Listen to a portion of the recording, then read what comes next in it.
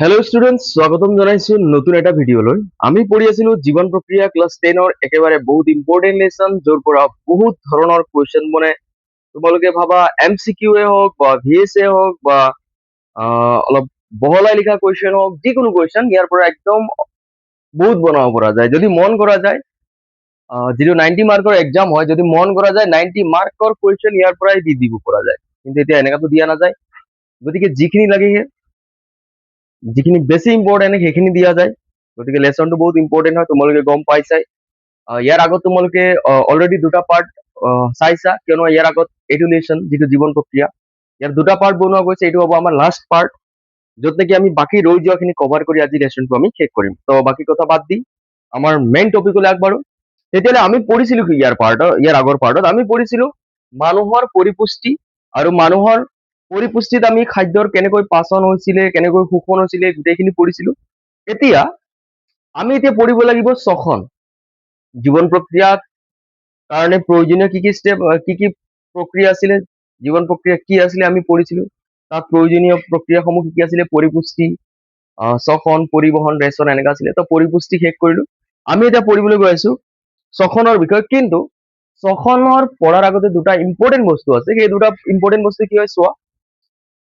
ক্ষুদ্ৰান্ত তৃণভোজী প্ৰাণী আৰু মাংসভোজী প্ৰাণীৰ ক্ষুদ্ৰান্তৰ মাজত এটা কম্পেৰিজন কৰা গৈছে, আৰু এইটো এক্সামত সুধি দিয়ে যে তৃণভোজী প্ৰাণীৰ ক্ষুদ্ৰান্ত আৰু মাংসভোজী প্ৰাণীৰ ক্ষুদ্ৰান্তৰ ভিতৰত কাৰ ক্ষুদ্ৰান্তটো দীঘল আৰু কিয় দীঘল। তো চোৱা, যেতিয়া মাংসভোজী প্ৰাণী আৰু তৃণভোজী প্ৰাণীৰ ক্ষুদ্ৰান্তৰ কথা কোৱা যায়, তেতিয়া তৃণভোজী প্ৰাণীৰ ক্ষুদ্ৰান্তটো কি হৈ যায়, দীঘল হৈ যায়।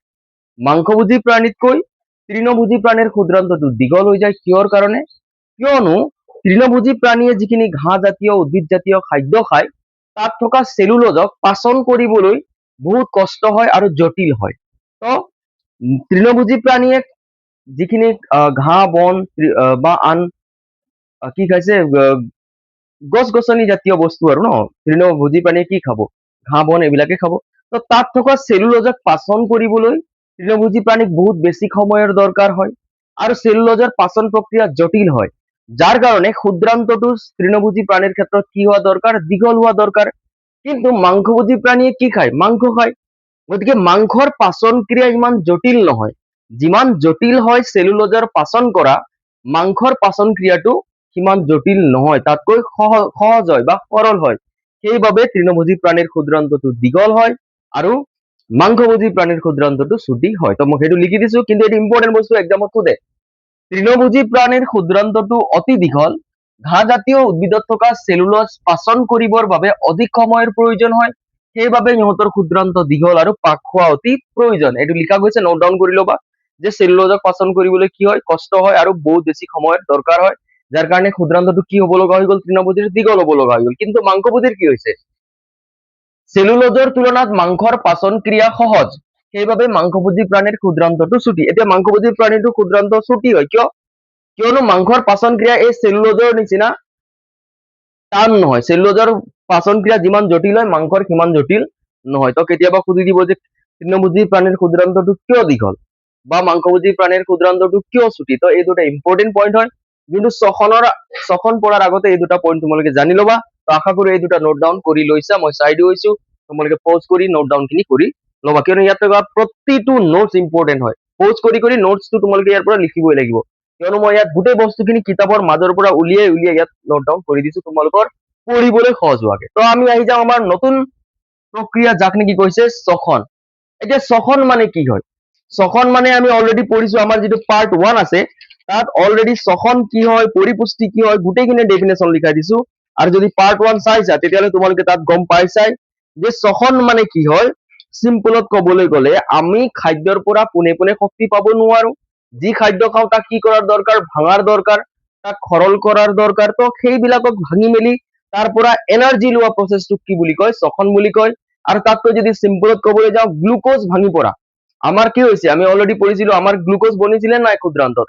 তো গ্লুকোজক ভাঙি পৰা কি কৰাৰ দৰকাৰ হয়, এতিয়া গ্লুকোজক ভাঙি পৰা তাক পৰা এনাৰ্জি ওলোৱা দৰকাৰ। তো গ্লুকোজেও ডাইৰেক্ট এনাৰ্জি নিদিয়ে। কি কৈছো, গ্লুকোজ কি হৈছিলে, ভিলাইত গ্লুকোজক শোষণ কৰা গ'ল, ভিলাইৰ পৰা গ্লুকোজ খিনি কলৈ গ'ল, আমাৰ কোষসমূহলৈ গুচি গ'ল। হয়, তো আমাৰ কোষত কোন গ'ল, আমাৰ কোষত গুচি গ'ল কোন গ্লুকোজ আমাৰ কোষত কোন সোমাই গ'ল গ্লুকোজ কেনেকৈ সোমাল অলৰেডি কোৱা গৈছে পাৰ্ট 2 তো এতিয়া এই গ্লুকোজে জানো ডাইৰেক্ট এনাৰ্জি দিব গ্লুকোজে এনাৰ্জি নিদিয়ে গ্লুকোজক তোমালোকে ভাবিলো এটা এটা এনাৰ্জিৰ টোপোলা হয় কিহৰ টোপোলা হয় টোপোলা টোপোলা এটা এটা বাকচত ভৰাই মেলি গ্লুকোজক পঠাই দিয়া গৈছে কোষলৈ বুজা গৈছে এতিয়া এই টোপোলাটো খুলি পৰাত ভাঙি পৰা আমি এনাৰ্জিটো ল'ব লাগিব মানে গ্লুকোজ কি হয় এটা এটা এনাৰ্জি লৈ যোৱা টোপোলা এতিয়া যেতিয়াই সেই টোপোলাবিলাকক আমি ভাঙিম তাৰ পৰাহে এনাৰ্জি ওলাব মানে এতিয়া গ্লুকোজ খিনি ক'ত পাই গ'ল আমাৰ বডিৰ চেল বিলাকত পাই গ'ল নহয় জানো এতিয়া চেল বিলাকে বা কোষ বিলাকত কি হ'ব এই গ্লুকোজক ভাঙিম আৰু এনাৰ্জি ল'ম হয় তাত এনাৰ্জি ৰিলিজ হ'ব আৰু এইটোৱে প্ৰক্ৰিয়া যাক নেকি শ্বসন বুলি কম য'ত নেকি কি হয় গ্লুকোজ ভাঙি পৰা আমাৰ কাৰণে প্ৰয়োজনীয় এনাৰ্জি খিনি আমি পাম তো শ্বসন কি হয় ডেফিনেশ্যন লিখা গৈছে তেতিয়াহ'লে তোমালোকে বুজিলা যে গ্লুকোজেও ডাইৰেক্ট এনাৰ্জি নিদিয়ে গ্লুকোজ কলৈ গ'ল গ্লুকোজ খিনি কোষলৈ গ'ল এতিয়া কোষত সেই গ্লুকোজক ভঙা হ'ব কেনেকৈ ভঙা হ'ব কি কৰি ভঙা হ'ব আমি পঢ়িম আৰু যেতিয়া গ্লুকোজ ভাঙিব কোষত তেতিয়া তাৰ পৰা এনাৰ্জি ওলাব আৰু সেই এনাৰ্জি লৈ আমি জীয়াই আছো মই সেই এনাৰ্জি লৈ তোমালোকৰ ওচৰত কথা কৈ আছো আৰু তোমালোকেও কিবা কিবি কাম কৰি আছা তেতিয়াহ'লে আমি এতিয়া পঢ়িম শ্বসন শ্বসন দুই টাইপৰ এটা কয় সবাত শ্বসন আৰু এটা কয় অবাত শ্বসন এতিয়া সবাত শ্বসন মানে কি হয় শ্বসন মানে বুজিলো অক্সিজেনৰ উপস্থিতিত যদি গ্লুকোজক ভঙা যায় বা অক্সিজেনৰ উপস্থিতিত যদি শ্বসন প্ৰক্ৰিয়াটো সম্পন্ন হৈছে তেতিয়াহ'লে তাক কি বুলি কয় সবাত শ্বসন বুলি কয় আৰু অক্সিজেনৰ অনুপস্থিতিত যদি শ্বসন প্ৰক্ৰিয়া সংঘটিত হৈছে বা শ্বসন মানেনো কি যদি অক্সিজেনৰ অনুপস্থিতিত গ্লুকোজ ভঙা গৈছে তেতিয়াহ'লে তাক কয় অবাত শ্বসন তেতিয়াহ'লে যদি ডেফিনেশ্যন চাওঁ আমি শ্বসন দুই টাইপৰ আমি গম পালো এটা আছিলে সবাত শ্বসন বা সবাত শ্বসন বুলি কয় যি প্ৰনাউন্সিয়েশ্যন কৰা আৰু ন বুজিলেই হৈ গ'ল কোনোবাই সবাত বুলি কয় কোনোবাই সবাত বুলি কয় অবাত কয় কোনোবাই অবাত বুলি কয় যি হয় আৰু তাত ইমান লাগি থাকিবলৈ নাই তো অক্সিজেনৰ উপস্থিতিত হোৱা শ্বসনক সবাত শ্বসন বোলে অক্সিজেনৰ অনুপস্থিতিত হোৱা শ্বসনক অবাত শ্বসন বোলে যদি ডেফিনেশ্যন হিচাপে চাওঁ সবাত শ্বসনৰ বিষয়ে ফাৰ্ষ্টত পঢ়ো অক্সিজেনৰ উপস্থিতিত সংঘটিত হোৱা শ্বসন প্ৰক্ৰিয়াক সবাত শ্বসন বোলে তো এইটো হৈ গ'ল ফাৰ্ষ্ট আমাৰ পইণ্ট নম্বৰ 1 বুজা গৈছে তো এইটো ফাৰ্ষ্ট ইয়াত লিখা গৈছে চেক কৰা এতিয়া যেতিয়া গ্লুকোজ ভাঙে যেতিয়া সবাত শ্বসনত গ্লুকোজ ভাঙিব তেতিয়া গ্লুকোজ ভাঙি কি উৎপন্ন হ'ব গ্লুকোজ অণু ভাঙি কাৰ্বন ডাই অক্সাইড পানী আৰু শক্তি উৎপন্ন একদম ইম্পৰ্টেণ্ট বস্তু মই আকৌ কৈছো তোমালোকে ইউটিউবত বহুত ভিডিঅ' চাব পাৰিবা বহুত ধুনীয়া ধুনীয়া ভাল ভাল টিচাৰে পঢ়াইছে তেওঁলোকৰ ডিজিটেল বৰ্ড হ'ব পাৰে য'ত নেকি ভাল ভাল নোটছ দিয়া গৈছে কিন্তু মই তোমালোকক গেৰেণ্টি দি কৈছো যে ইয়াত যিখিনি নোটছ আছে ন এইবিলাকে তোমালোকৰ লাইফ চেঞ্জ কৰি দিব যদি এই নোটছ খিনি তোমালোকে নোট ডাউন কৰা আৰু কথাখিনি বুজি যোৱা তোমালোকৰ এক্সামত নাম্বাৰ পাবলৈ হলে কোনেও তোমালোকক বাধা দিব নোৱাৰে গতিকে গ্লুকোজ অণু ভাঙি কি হয় কাৰ্বন ডাই অক্সাইড পানী আৰু শক্তি উৎপন্ন হয় তো সবাত শ্বসনত যেতিয়া গ্লুকোজ ভাঙে কি উৎপন্ন হয় মনত ৰাখিবা কাৰ্বন ডাই অক্সাইড পানী আৰু শক্তি উৎপন্ন হয় ঠিক আছে তাৰপিছত আৰু এটা ইম্পৰ্টেণ্ট কথা এই সবাত শ্বসন যিটো হৈছে আমাৰ কোষত সংঘটিত হৈছে আমাৰ কোষত সংঘটিত হ'ব সবাত শ্বসনেই হওক বা অবাত শ্বসনেই হওক ক'ত সংঘটিত হ'ব কোষৰ ভিতৰত সংঘটিত হ'ব কিন্তু কোষৰ ভিতৰত সংঘটিত হ'ব কোষৰ ভিতৰতো বিভিন্ন জায়গা আছে তোমালোকে উদ্ভিদ কোষ প্ৰাণী কোষ আঁকিছা ক্লাছ 9ত উদ্ভিদ কোষৰ ছবি আঁকিছা প্ৰাণী কোষৰ ছবি আঁকিছা গতিকে তাত কি পাৰ্ট আছে তোমালোকে অলৰেডি পাইছা আমি গোটেই পাৰ্টৰ বিষয়ে নকওঁ কিন্তু আমাৰ এই কোষৰ ভিতৰতে বিভিন্ন জায়গা আছে যেনে এই কোষৰ ভিতৰতে থকা জায়গা হয় কোষ পৰশ কি হয় কোষ প্ৰৰশ যাক নেকি কি বুলি কয় সাইটোপ্লাজম বুলি কয় কোষৰ ভিতৰতে কি আছে মাইটোকন্ড্ৰিয়া আছে সেইটো তোমালোকে ক্লাছ 9ত পাই আহিছা মনতো আছে চাগে তো এই কোষৰ ভিতৰত বিভিন্ন জায়গা আছে বহুত জায়গা আছে ন গোটেইখিনি আঁকিব নাযাওঁ যিখিনি লাগে সেইখিনি তো কোষ পৰশ বা ইয়াক কি বুলি কয় কেতিয়াবা সাইটোপ্লাজম বুলি কয় কোষ পৰশ আৰু মাইটোকন্ড্ৰিয়াত সংঘটিত হয় তো সবাত শ্বসন ক'ত সংঘটিত হয় এমচিকিউ সুধি দিব বা ভিএছএ সুধি দিব বুজা গৈছে তো সবাত শ্বসন মনত ৰাখিবা সদায় কোনটো জায়গাত সংঘটিত হয় সবাত শ্বসন কোষ পৰশ আৰু মাইটোকন্ড্ৰিয়াত সংঘটিত হয় তো সবাত শ্বসনৰ বিষয়ে এতিয়াৰ কাৰণে এই তিনিটা পইণ্ট মনত ৰাখা ইয়াক ডিটেইলিঙত আমি পঢ়িম এই ডিটেইলিঙত কোনটো পঢ়িম আমি তোমালোকৰ পেজ নাম্বাৰ 102 ইয়াতে দিয়া আছে এটা কি কৰা গৈছে এটা একদম ধুনীয়া চাৰ্ট এটা বনাই দিয়া গৈছে এই চাৰ্টটো কি আমি ডিটেইলছত পঢ়িবলৈ গৈ আছো ইয়াতো এইটো বস্তুই আছে কিন্তু যেতিয়া এইটো হ'ল সিম্পল বস্তু ইয়াত বুজাই দিয়া গৈছে আকৌ আমি এতিয়া কমপ্লেক্সলৈ যাম আৰু ধুনীয়াকে বুজিম তো প্ৰথমতে জানি লোৱা সবাত শ্বসন অক্সিজেনৰ উপস্থিতিত সংঘটিত হোৱা শ্বসন প্ৰক্ৰিয়াক সবাৎসখন বোলে এইটো ডেফিনেশ্যন হৈ গ'ল। গ্লুকোজ অণু ভাঙি কাৰ্বন ডাই অক্সাইড পানী আৰু শক্তি উৎপন্ন হয়। এতিয়া শক্তি কি ৰূপত পোৱা যায়? শক্তিক আমি এটিপি ফৰ্মত পাম। যদি এটিপি আহে এইটো এটিপি কি হয়? শক্তিয়ে হয়, কিয়নো এটিপিৰ পৰা এনাৰ্জি পোৱা যায় বা এনাৰ্জি মানে এটিপি হয়। গতিকে গ্লুকোজ অণু ভাঙি কাৰ্বন ডাই অক্সাইড পানী আৰু শক্তি উৎপন্ন হয়। শক্তিৰ জেগাত কেতিয়াবা কি ক'ব পাৰে? এটিপি বুলি ক'ব পাৰে। তো কোষ পৰশ যাক নেকি চাইটোপ্লাজম বুলিও কয় আৰু মাইটকণ্ড্ৰিয়াত সংঘটিত হয়। তো সবাৎসখন আশা কৰো বুজা পাইছা, নোট ডাউন কৰি ল'বা। এতিয়া আহি গৈছো অবাৎসখন। অবাৎসখন মানে কি? মই ক'লোৱে অক্সিজেনৰ অনুপস্থিতিত সংঘটিত হোৱা শ্বসনক কি বুলি কয়? অবাৎসখন বুলি কয়। আৰু অবাৎসখন ক'ত সংঘটিত হয়? একদম ইম্পৰ্টেণ্ট কথা, কোষ পৰশত সংঘটিত হয়। ই হৈছিলে কোষ পৰশ আৰু মাইটকণ্ড্ৰিয়াত, আৰু অবাৎসখন সংঘটিত হয় অনলি কোষ পৰশত। এতিয়া সবাৎসখন অবাৎসখনৰ মাজত ডিফাৰেন্স লিখিবলৈ আহে, বুজা গৈছে? তো ইয়াৰ পৰাও তোমালোকে লিখিব পাৰা ডিফাৰেন্স কি হ'ব। এটা অক্সিজেনৰ উপস্থিতিত সংঘটিত হৈ আছে, এটা অক্সিজেনৰ অনুপস্থিতিত সংঘটিত হৈ গৈছে। এটা ক'ত সংঘটিত হয়? কোষ পৰশ আৰু মাইটকণ্ড্ৰিয়াত সংঘটিত হৈছে, এটা জাষ্ট ক'ত সংঘটিত হৈছে? কোষ পৰশত। এতিয়া এনাৰ্জি সবাৎসখনতো উৎপন্ন হয়, শক্তি ইয়াতো শক্তি উৎপন্ন হ'ব, সবাৎসখনতো শক্তি উৎপন্ন হ'ব, অবাৎসখনতো শক্তি উৎপন্ন হ'ব। কিন্তু বেছি শক্তি ক'ত উৎপন্ন হ'ব? সবাৎসখনত উৎপন্ন হ'ব, আৰু কম শক্তি ক'ত উৎপন্ন হ'ব? অবাৎসখনত উৎপন্ন হ'ব। বুজা গৈছে? সবাৎসখনত উৎপাদিত শক্তিৰ পৰিমাণ কি হ'ব? বেছি হ'ব, অবাৎসখনত কম হ'ব। কিহৰ কাৰণে? কিয়নো অক্সিজেনৰ উপস্থিতিত গ্লুকোজক যেতিয়া ভঙা যায়, গ্লুকোজ খিনি কেনেকৈ ভাঙি যায়? সম্পূৰ্ণ ভাঙি যায়। গ্লুকোজ কি হৈ যায়? সম্পূৰ্ণৰূপে ভাঙি যায়, আৰু যেতিয়া গ্লুকোজ সম্পূৰ্ণৰূপে ভাঙিব তেতিয়া কি হৈ যাব? বেছি শক্তি উৎপন্ন হ'ব। কিন্তু অবাৎসখনত গ্লুকোজ সম্পূৰ্ণৰূপে নাভাঙে, বুজা গৈছে? ভাঙি যায় কিন্তু সম্পূৰ্ণৰূপে ভঙা নাযায় গ্লুকোজক, গতিকে অবাৎসখনত কম পৰিমাণে শক্তি উৎপন্ন হ'ব। তো আশা কৰো তোমালোকে এইটো বুজা পাইছা হয়। এতিয়া আমি যিটো নেকি মই কৈছো তোমালোকক, এই যে চাৰ্ট আছে এটা 102 পেজত, এই চাৰ্টটো মই বুজাবলৈ ট্ৰাই কৰিছো। ইয়াত এই বস্তুটো সবাত অবাতক আৰু বেছি ডিটেইলছত আমি বুজা পাম। এইখিনি নোট ডাউন কৰি লোৱা। তেতিয়াহ'লে এতিয়া আমি কি কৰি আছো, আমাৰ গ্লুকোজ কেনেকৈ ভাঙে বা গ্লুকোজত কি হয় আমি সেইটো অলৰেডি আমি গম পালো। কিন্তু এতিয়া ডিটেইলিঙত যদি পঢ়িবলৈ যাওঁ, যিটো নেকি মই কৈছো তোমালোকৰ পেজ নম্বৰ কোনটো পঢ়িবলৈ কৈ আছো, 102 102 পেজত থকা এই বস্তুটো মই বুজাবলৈ ট্ৰাই কৰিছো হয়।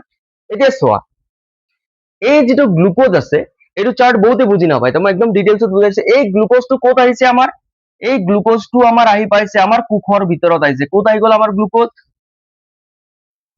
কোষৰ ভিতৰত আহি গ'ল। তো আমাৰ গ্লুকোজ আহি গ'ল কোষ, এইটো এটা কোষ বুলি ভাবি লওঁ, উদ্ভিদ কোষ, প্ৰাণী কোষ যি হ'ব পাৰে, বুজা গৈছে? কিন্তু প্ৰাণী কোষতনো কি যাব? গ্লুকোজেইটো যাব, বুজা গৈছে? তাতো কি আছে? তাতো মাইটকণ্ড্ৰিয়া থাকিব, তাতো কোষ পৰশ থাকিব, নহয় জানো? তেতিয়াহ'লে কোষলৈ আহি গ'ল কোন? গ্লুকোজ। তেতিয়াহ'লে এই গ্লুকোজটো ক'ত আহি গ'ল? এইটো কোনটো গ্লুকোজ হয়? যিটো নেকি কোষলৈ অলৰেডি আহি গ'ল। এতিয়া গ্লুকোজ আহি পৰা সোমাব কোষৰ কোনটো পাৰ্টত আহি গ'ল? কোষ পৰশত আহি গ'ল। ক'ত আহি গ'ল? কোষ পৰশত। তো গ্লুকোজ আমাৰ, মই ক'লোৱে কোষৰ ভিতৰত বিভিন্ন পাৰ্ট আছে, তোমালোকে পাইছিলা। কোষ পৰশ, মাইটকণ্ড্ৰিয়া, ৰাইবজম, গলজি সংঘ, বিভিন্ন পাৰ্ট আছিলে। তাৰ ভিতৰত গোটেইখিনি নালাগে, আমি যিখিনি লাগে সেইখিনি পঢ়িম। তো গ্লুকোজ আহি গ'ল আমাৰ কোষৰ কোষ পৰশত। যেতিয়া গ্লুকোজ কোষ পৰশত সোমাই গ'ল, এতিয়া কোষ পৰশত কি হ'ব? সেই গ্লুকোজ খিনি ভাঙিব। কিয়নো আমাৰ কাম কি? এতিয়া কোষত গ্লুকোজ আহিলে কি কৰা যায়? গ্লুকোজক ভঙা যায়। তো ভঙা প্ৰচেছ আৰম্ভ হৈ গ'ল। তো গ্লুকোজ ক'লৈ আহি গ'ল? কোষৰ কোষ পৰশত আহি গ'ল, আৰু এই কোষ পৰশতে গ্লুকোজ ভঙা ষ্টাৰ্ট হৈ যাব। আৰু কোষ পৰশত গ্লুকোজ ভাঙি কি হ'ব? পাইৰুভেট বনিব। কি বনিব? পাইৰুভেট বনিব, বুজা গৈছে? তো গ্লুকোজ কিহলৈ কনভাৰ্ট হৈ গ'ল? কোষ পৰশত পাইৰুভেটলৈ কনভাৰ্ট হৈ গ'ল, মানে ভাঙি পৰা বনি গ'ল পাইৰুভেট। এতিয়া ভাঙিল বুলি কেনেকৈ গম পাবা? চোৱা, গ্লুকোজ ইয়াত মই অলপ শ্বৰ্টত লিখিছো, তোমালোকৰ কিতাপত বঢ়িয়াকে দিয়া আছে। গ্লুকোজত কেইটা কাৰ্বন আছে? 6টা কাৰ্বন। মই 6 আৰু C লিখিছো বুজাবলৈ, সুবিধাৰ কাৰণে, মোৰ সুবিধাৰ কাৰণে। তোমালোকে কিতাপত ধুনীয়াকে চালে গম পাবা, ইয়াত 6 কাৰ্বন যুক্ত বুলি লিখা আছে, সেইটোকে মই 6C বুলি লিখিছো।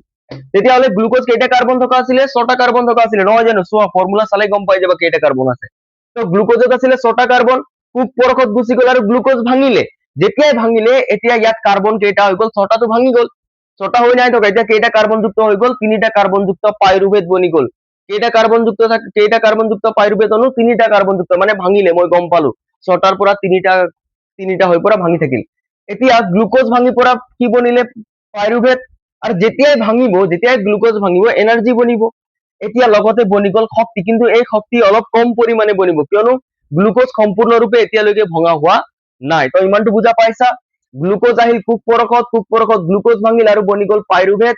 লগতে যিহেতু গ্লুকোজ ভঙা কাম ষ্টাৰ্ট হৈয়ে গ'ল, গতিকে লগতে বনিব শক্তি। বেছি শক্তি নবনে, যিমানখিনি শক্তি বনিব বহুত কম পৰিমাণৰ বনিব। আৰু গ্লুকোজ কেইটা কাৰ্বনযুক্ত? 6টা কাৰ্বনযুক্ত। পাইৰুভেট কেইটা কাৰ্বনযুক্ত? 3টা কাৰ্বনযুক্ত। ইমানটো বুজিলা?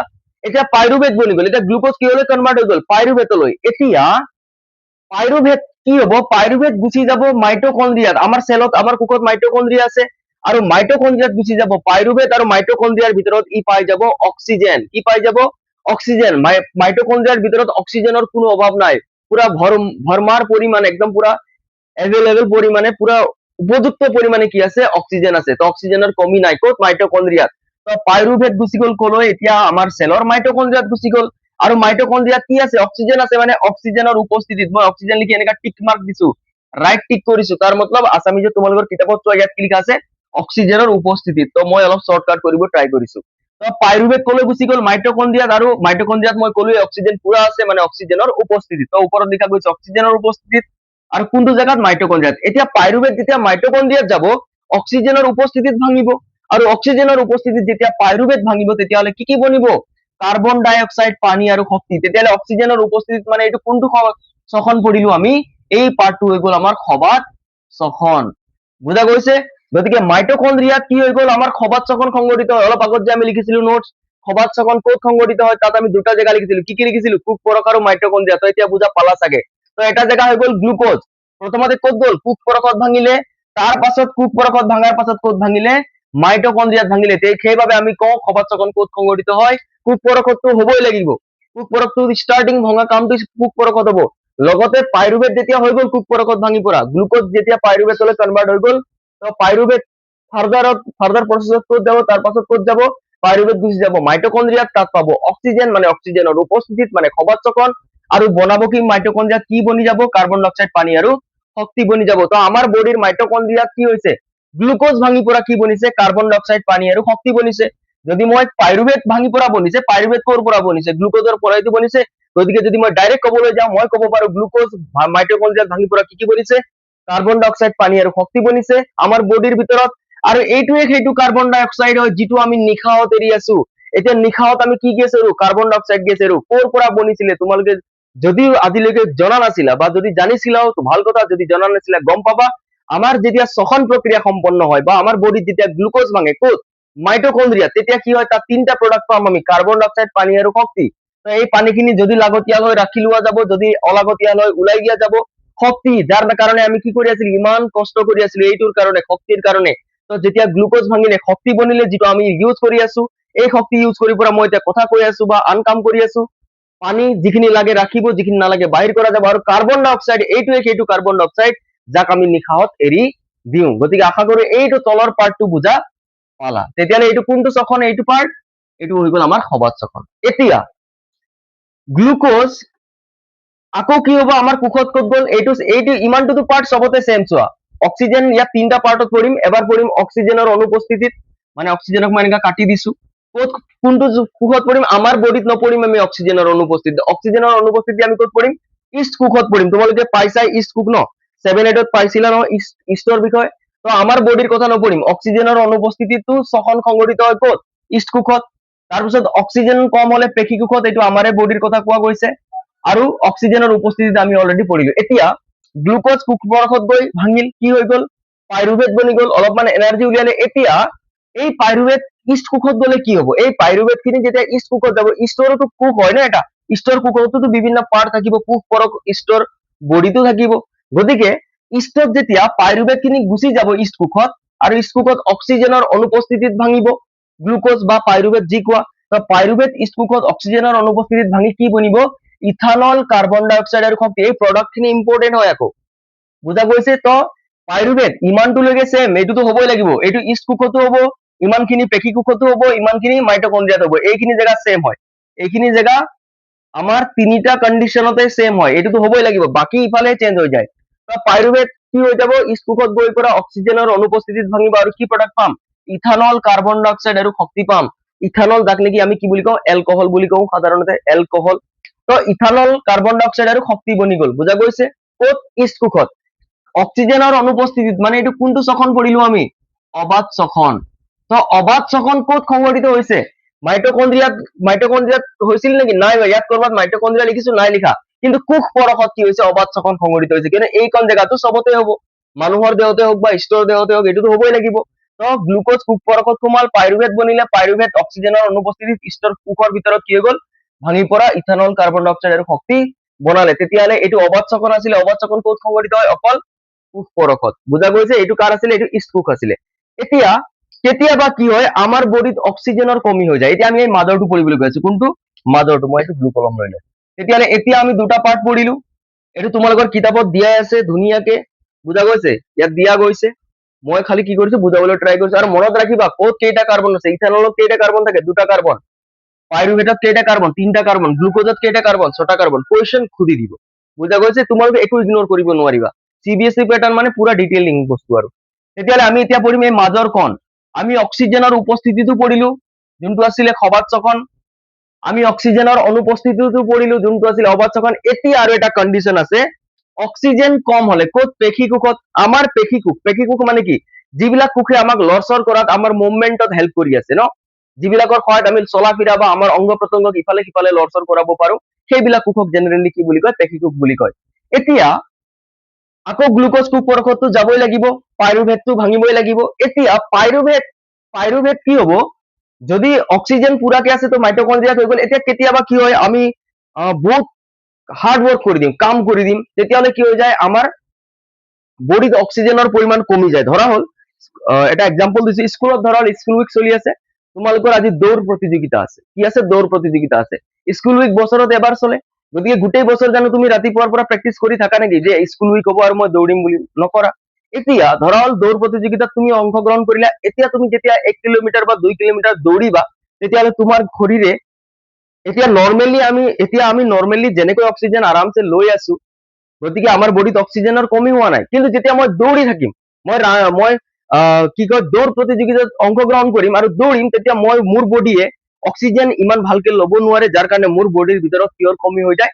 অক্সিজেনৰ কমি হৈ যায়। এতিয়া দৌৰ বুলি নহয়, আন হাৰ্ড ৱৰ্ক কৰা, তুমি পথাৰত গৈ কোৰ মাৰা, বা তুমি আন কিবা কিবি যিকোনো হাৰ্ড ৱৰ্ক কৰা, বা তুমি ফুটবল খেলিবলৈ দৌৰি যোৱা, ফুটবল খেলাৰ কথা ভাবা, ফুটবল খেলিবলৈ তুমি দৌৰি আছা ইফালে সিফালে, তো নৰ্মেল উশাহ নিশাহটো তুমি লোৱা নাই।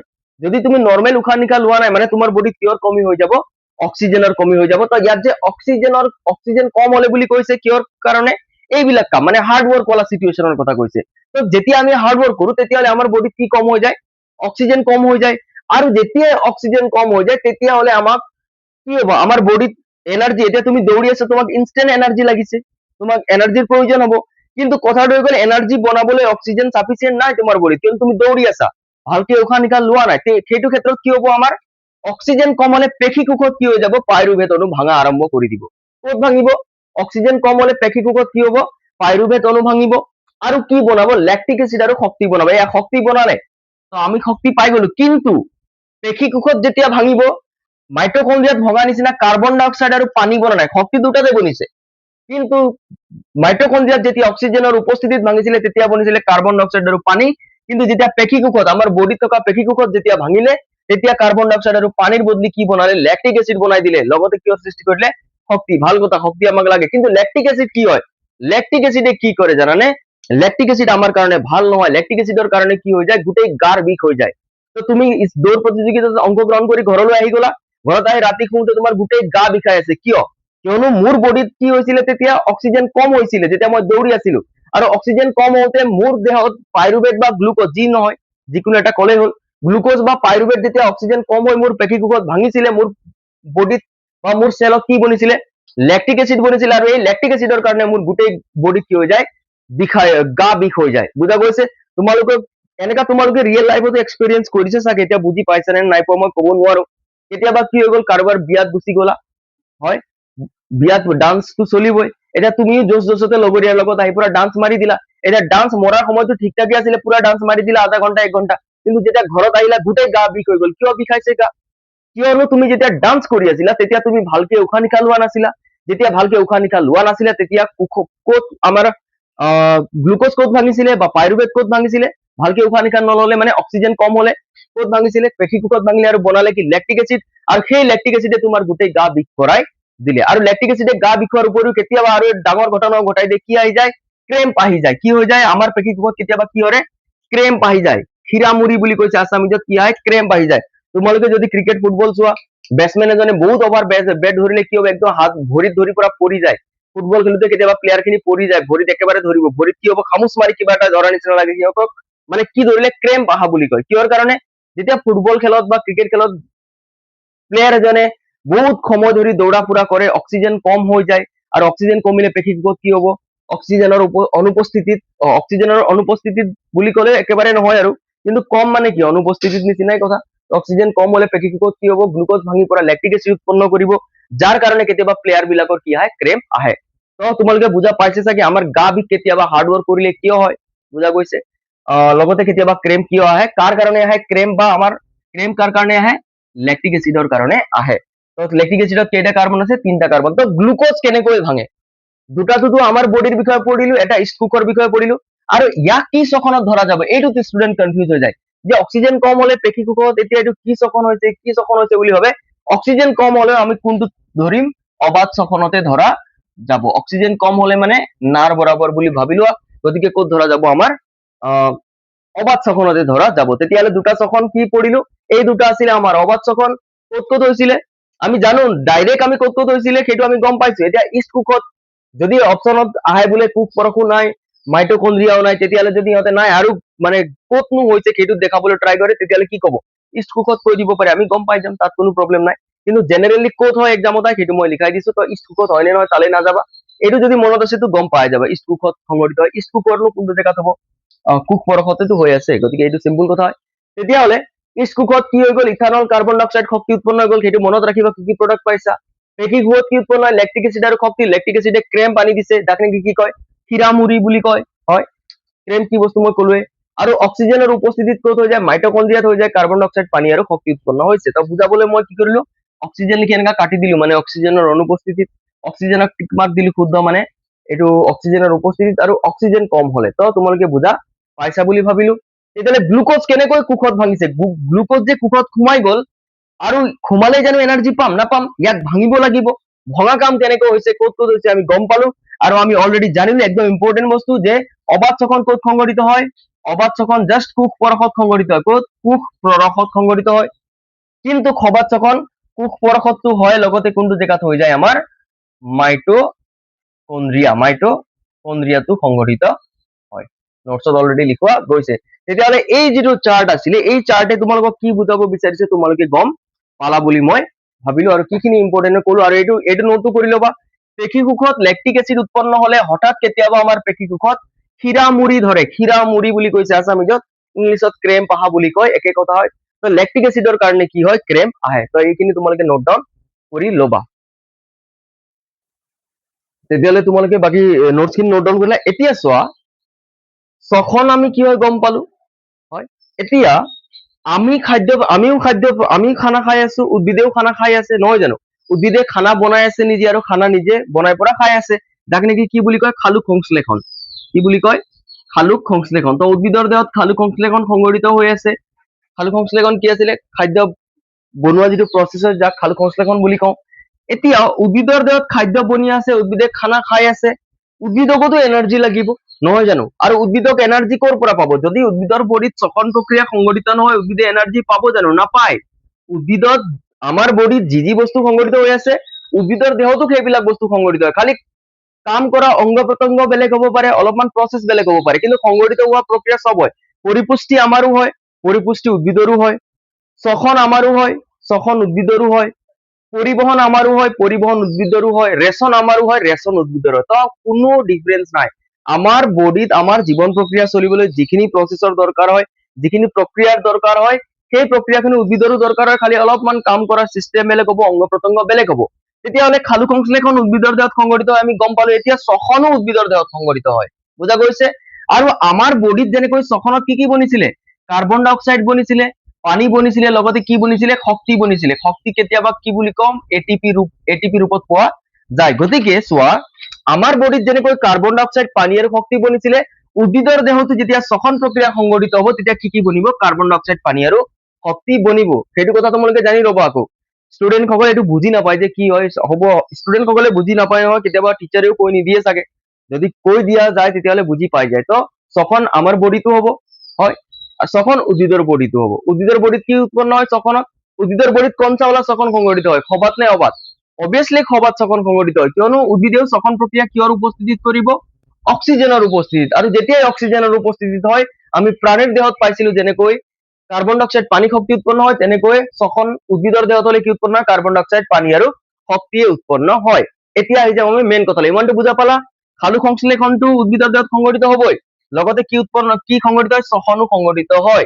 কিন্তু কথাটো আহি গল, সালোক সংশ্লেষণ কেতিয়া সংঘটিত হয়, দিনত সংঘটিত হয়, বুজা গৈছে? কিন্তু শ্বসন প্ৰক্ৰিয়া দিনত হয় নে নহয়? দিনত উদ্ভিদক এনাৰ্জি নালাগে নেকি? উদ্ভিদে দিনত গ্লুকোজ ভাঙিব নালাগে নেকি? দিনত উদ্ভিদক দিনতো এনাৰ্জি লাগিব, ৰাতিও এনাৰ্জি লাগিব, মানে শ্বসন মানে কি, উদ্ভিদেওতো গ্লুকোজ বনাইছিলে, তো সেই উদ্ভিদত বনোৱা গ্লুকোজক ভঙা প্ৰচেছ শ্বসন হয়। তো উদ্ভিদে দিনতো শ্বসন কৰে, উদ্ভিদে ৰাতিও শ্বসন কৰে, বুজা গৈছে? এইটো মনত ৰাখিবা, শ্বসন প্ৰক্ৰিয়া উদ্ভিদৰ দেহত দিনতো সংঘটিত হয়, ৰাতিও সংঘটিত হয়। কিয়? কিয়নো শ্বসনৰ পৰাইতো এনাৰ্জি পাব, যদি উদ্ভিদে এনাৰ্জিয়ে নাপায় ক'ৰ পৰা বাচি থাকিব, ক'ৰ পৰা তাৰ নিজৰ যাৱতীয় কামখিনি কৰিব। কিন্তু সালোক সংশ্লেষণ অকল কেতিয়া সংঘটিত হয়, দিনত সংঘটিত হয়। ইমানটো ডিফাৰেন্স বুজা পালা তোমালোকে?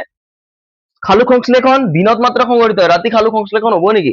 ৰাতি সূৰ্যৰ পোহৰ পাব নেকি? নাপায়, গতিকে দিনতে হব সালোক সংশ্লেষণ। কিন্তু শ্বসনৰ লগত সূৰ্যৰ পোহৰৰ খেল নাই, শ্বসন কি হয়, গ্লুকোজ ভঙা হয়, গতিকে দিনতো হব ৰাতিও হব, মানে 24 ঘণ্টাই হৈ থাকে। এতিয়া আমি কি কওঁ, বা আমি সৰুতে বা এতিয়ালৈকেও আমি পঢ়ি আহিছো যে উদ্ভিদে কি কয়, আমি জেনেৰেলি কি কওঁ, উদ্ভিদে কাৰ্বন ডাই অক্সাইড লয় আৰু অক্সিজেন এৰি দিয়ে।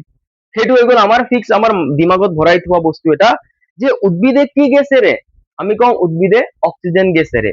কিন্তু যদি মই এতিয়া তোমালোকক কওঁ উদ্ভিদে অক্সিজেন গেছো এৰে, উদ্ভিদে কাৰ্বন ডাই অক্সাইড গেছো এৰে, তেতিয়া তোমালোকে কি কবা?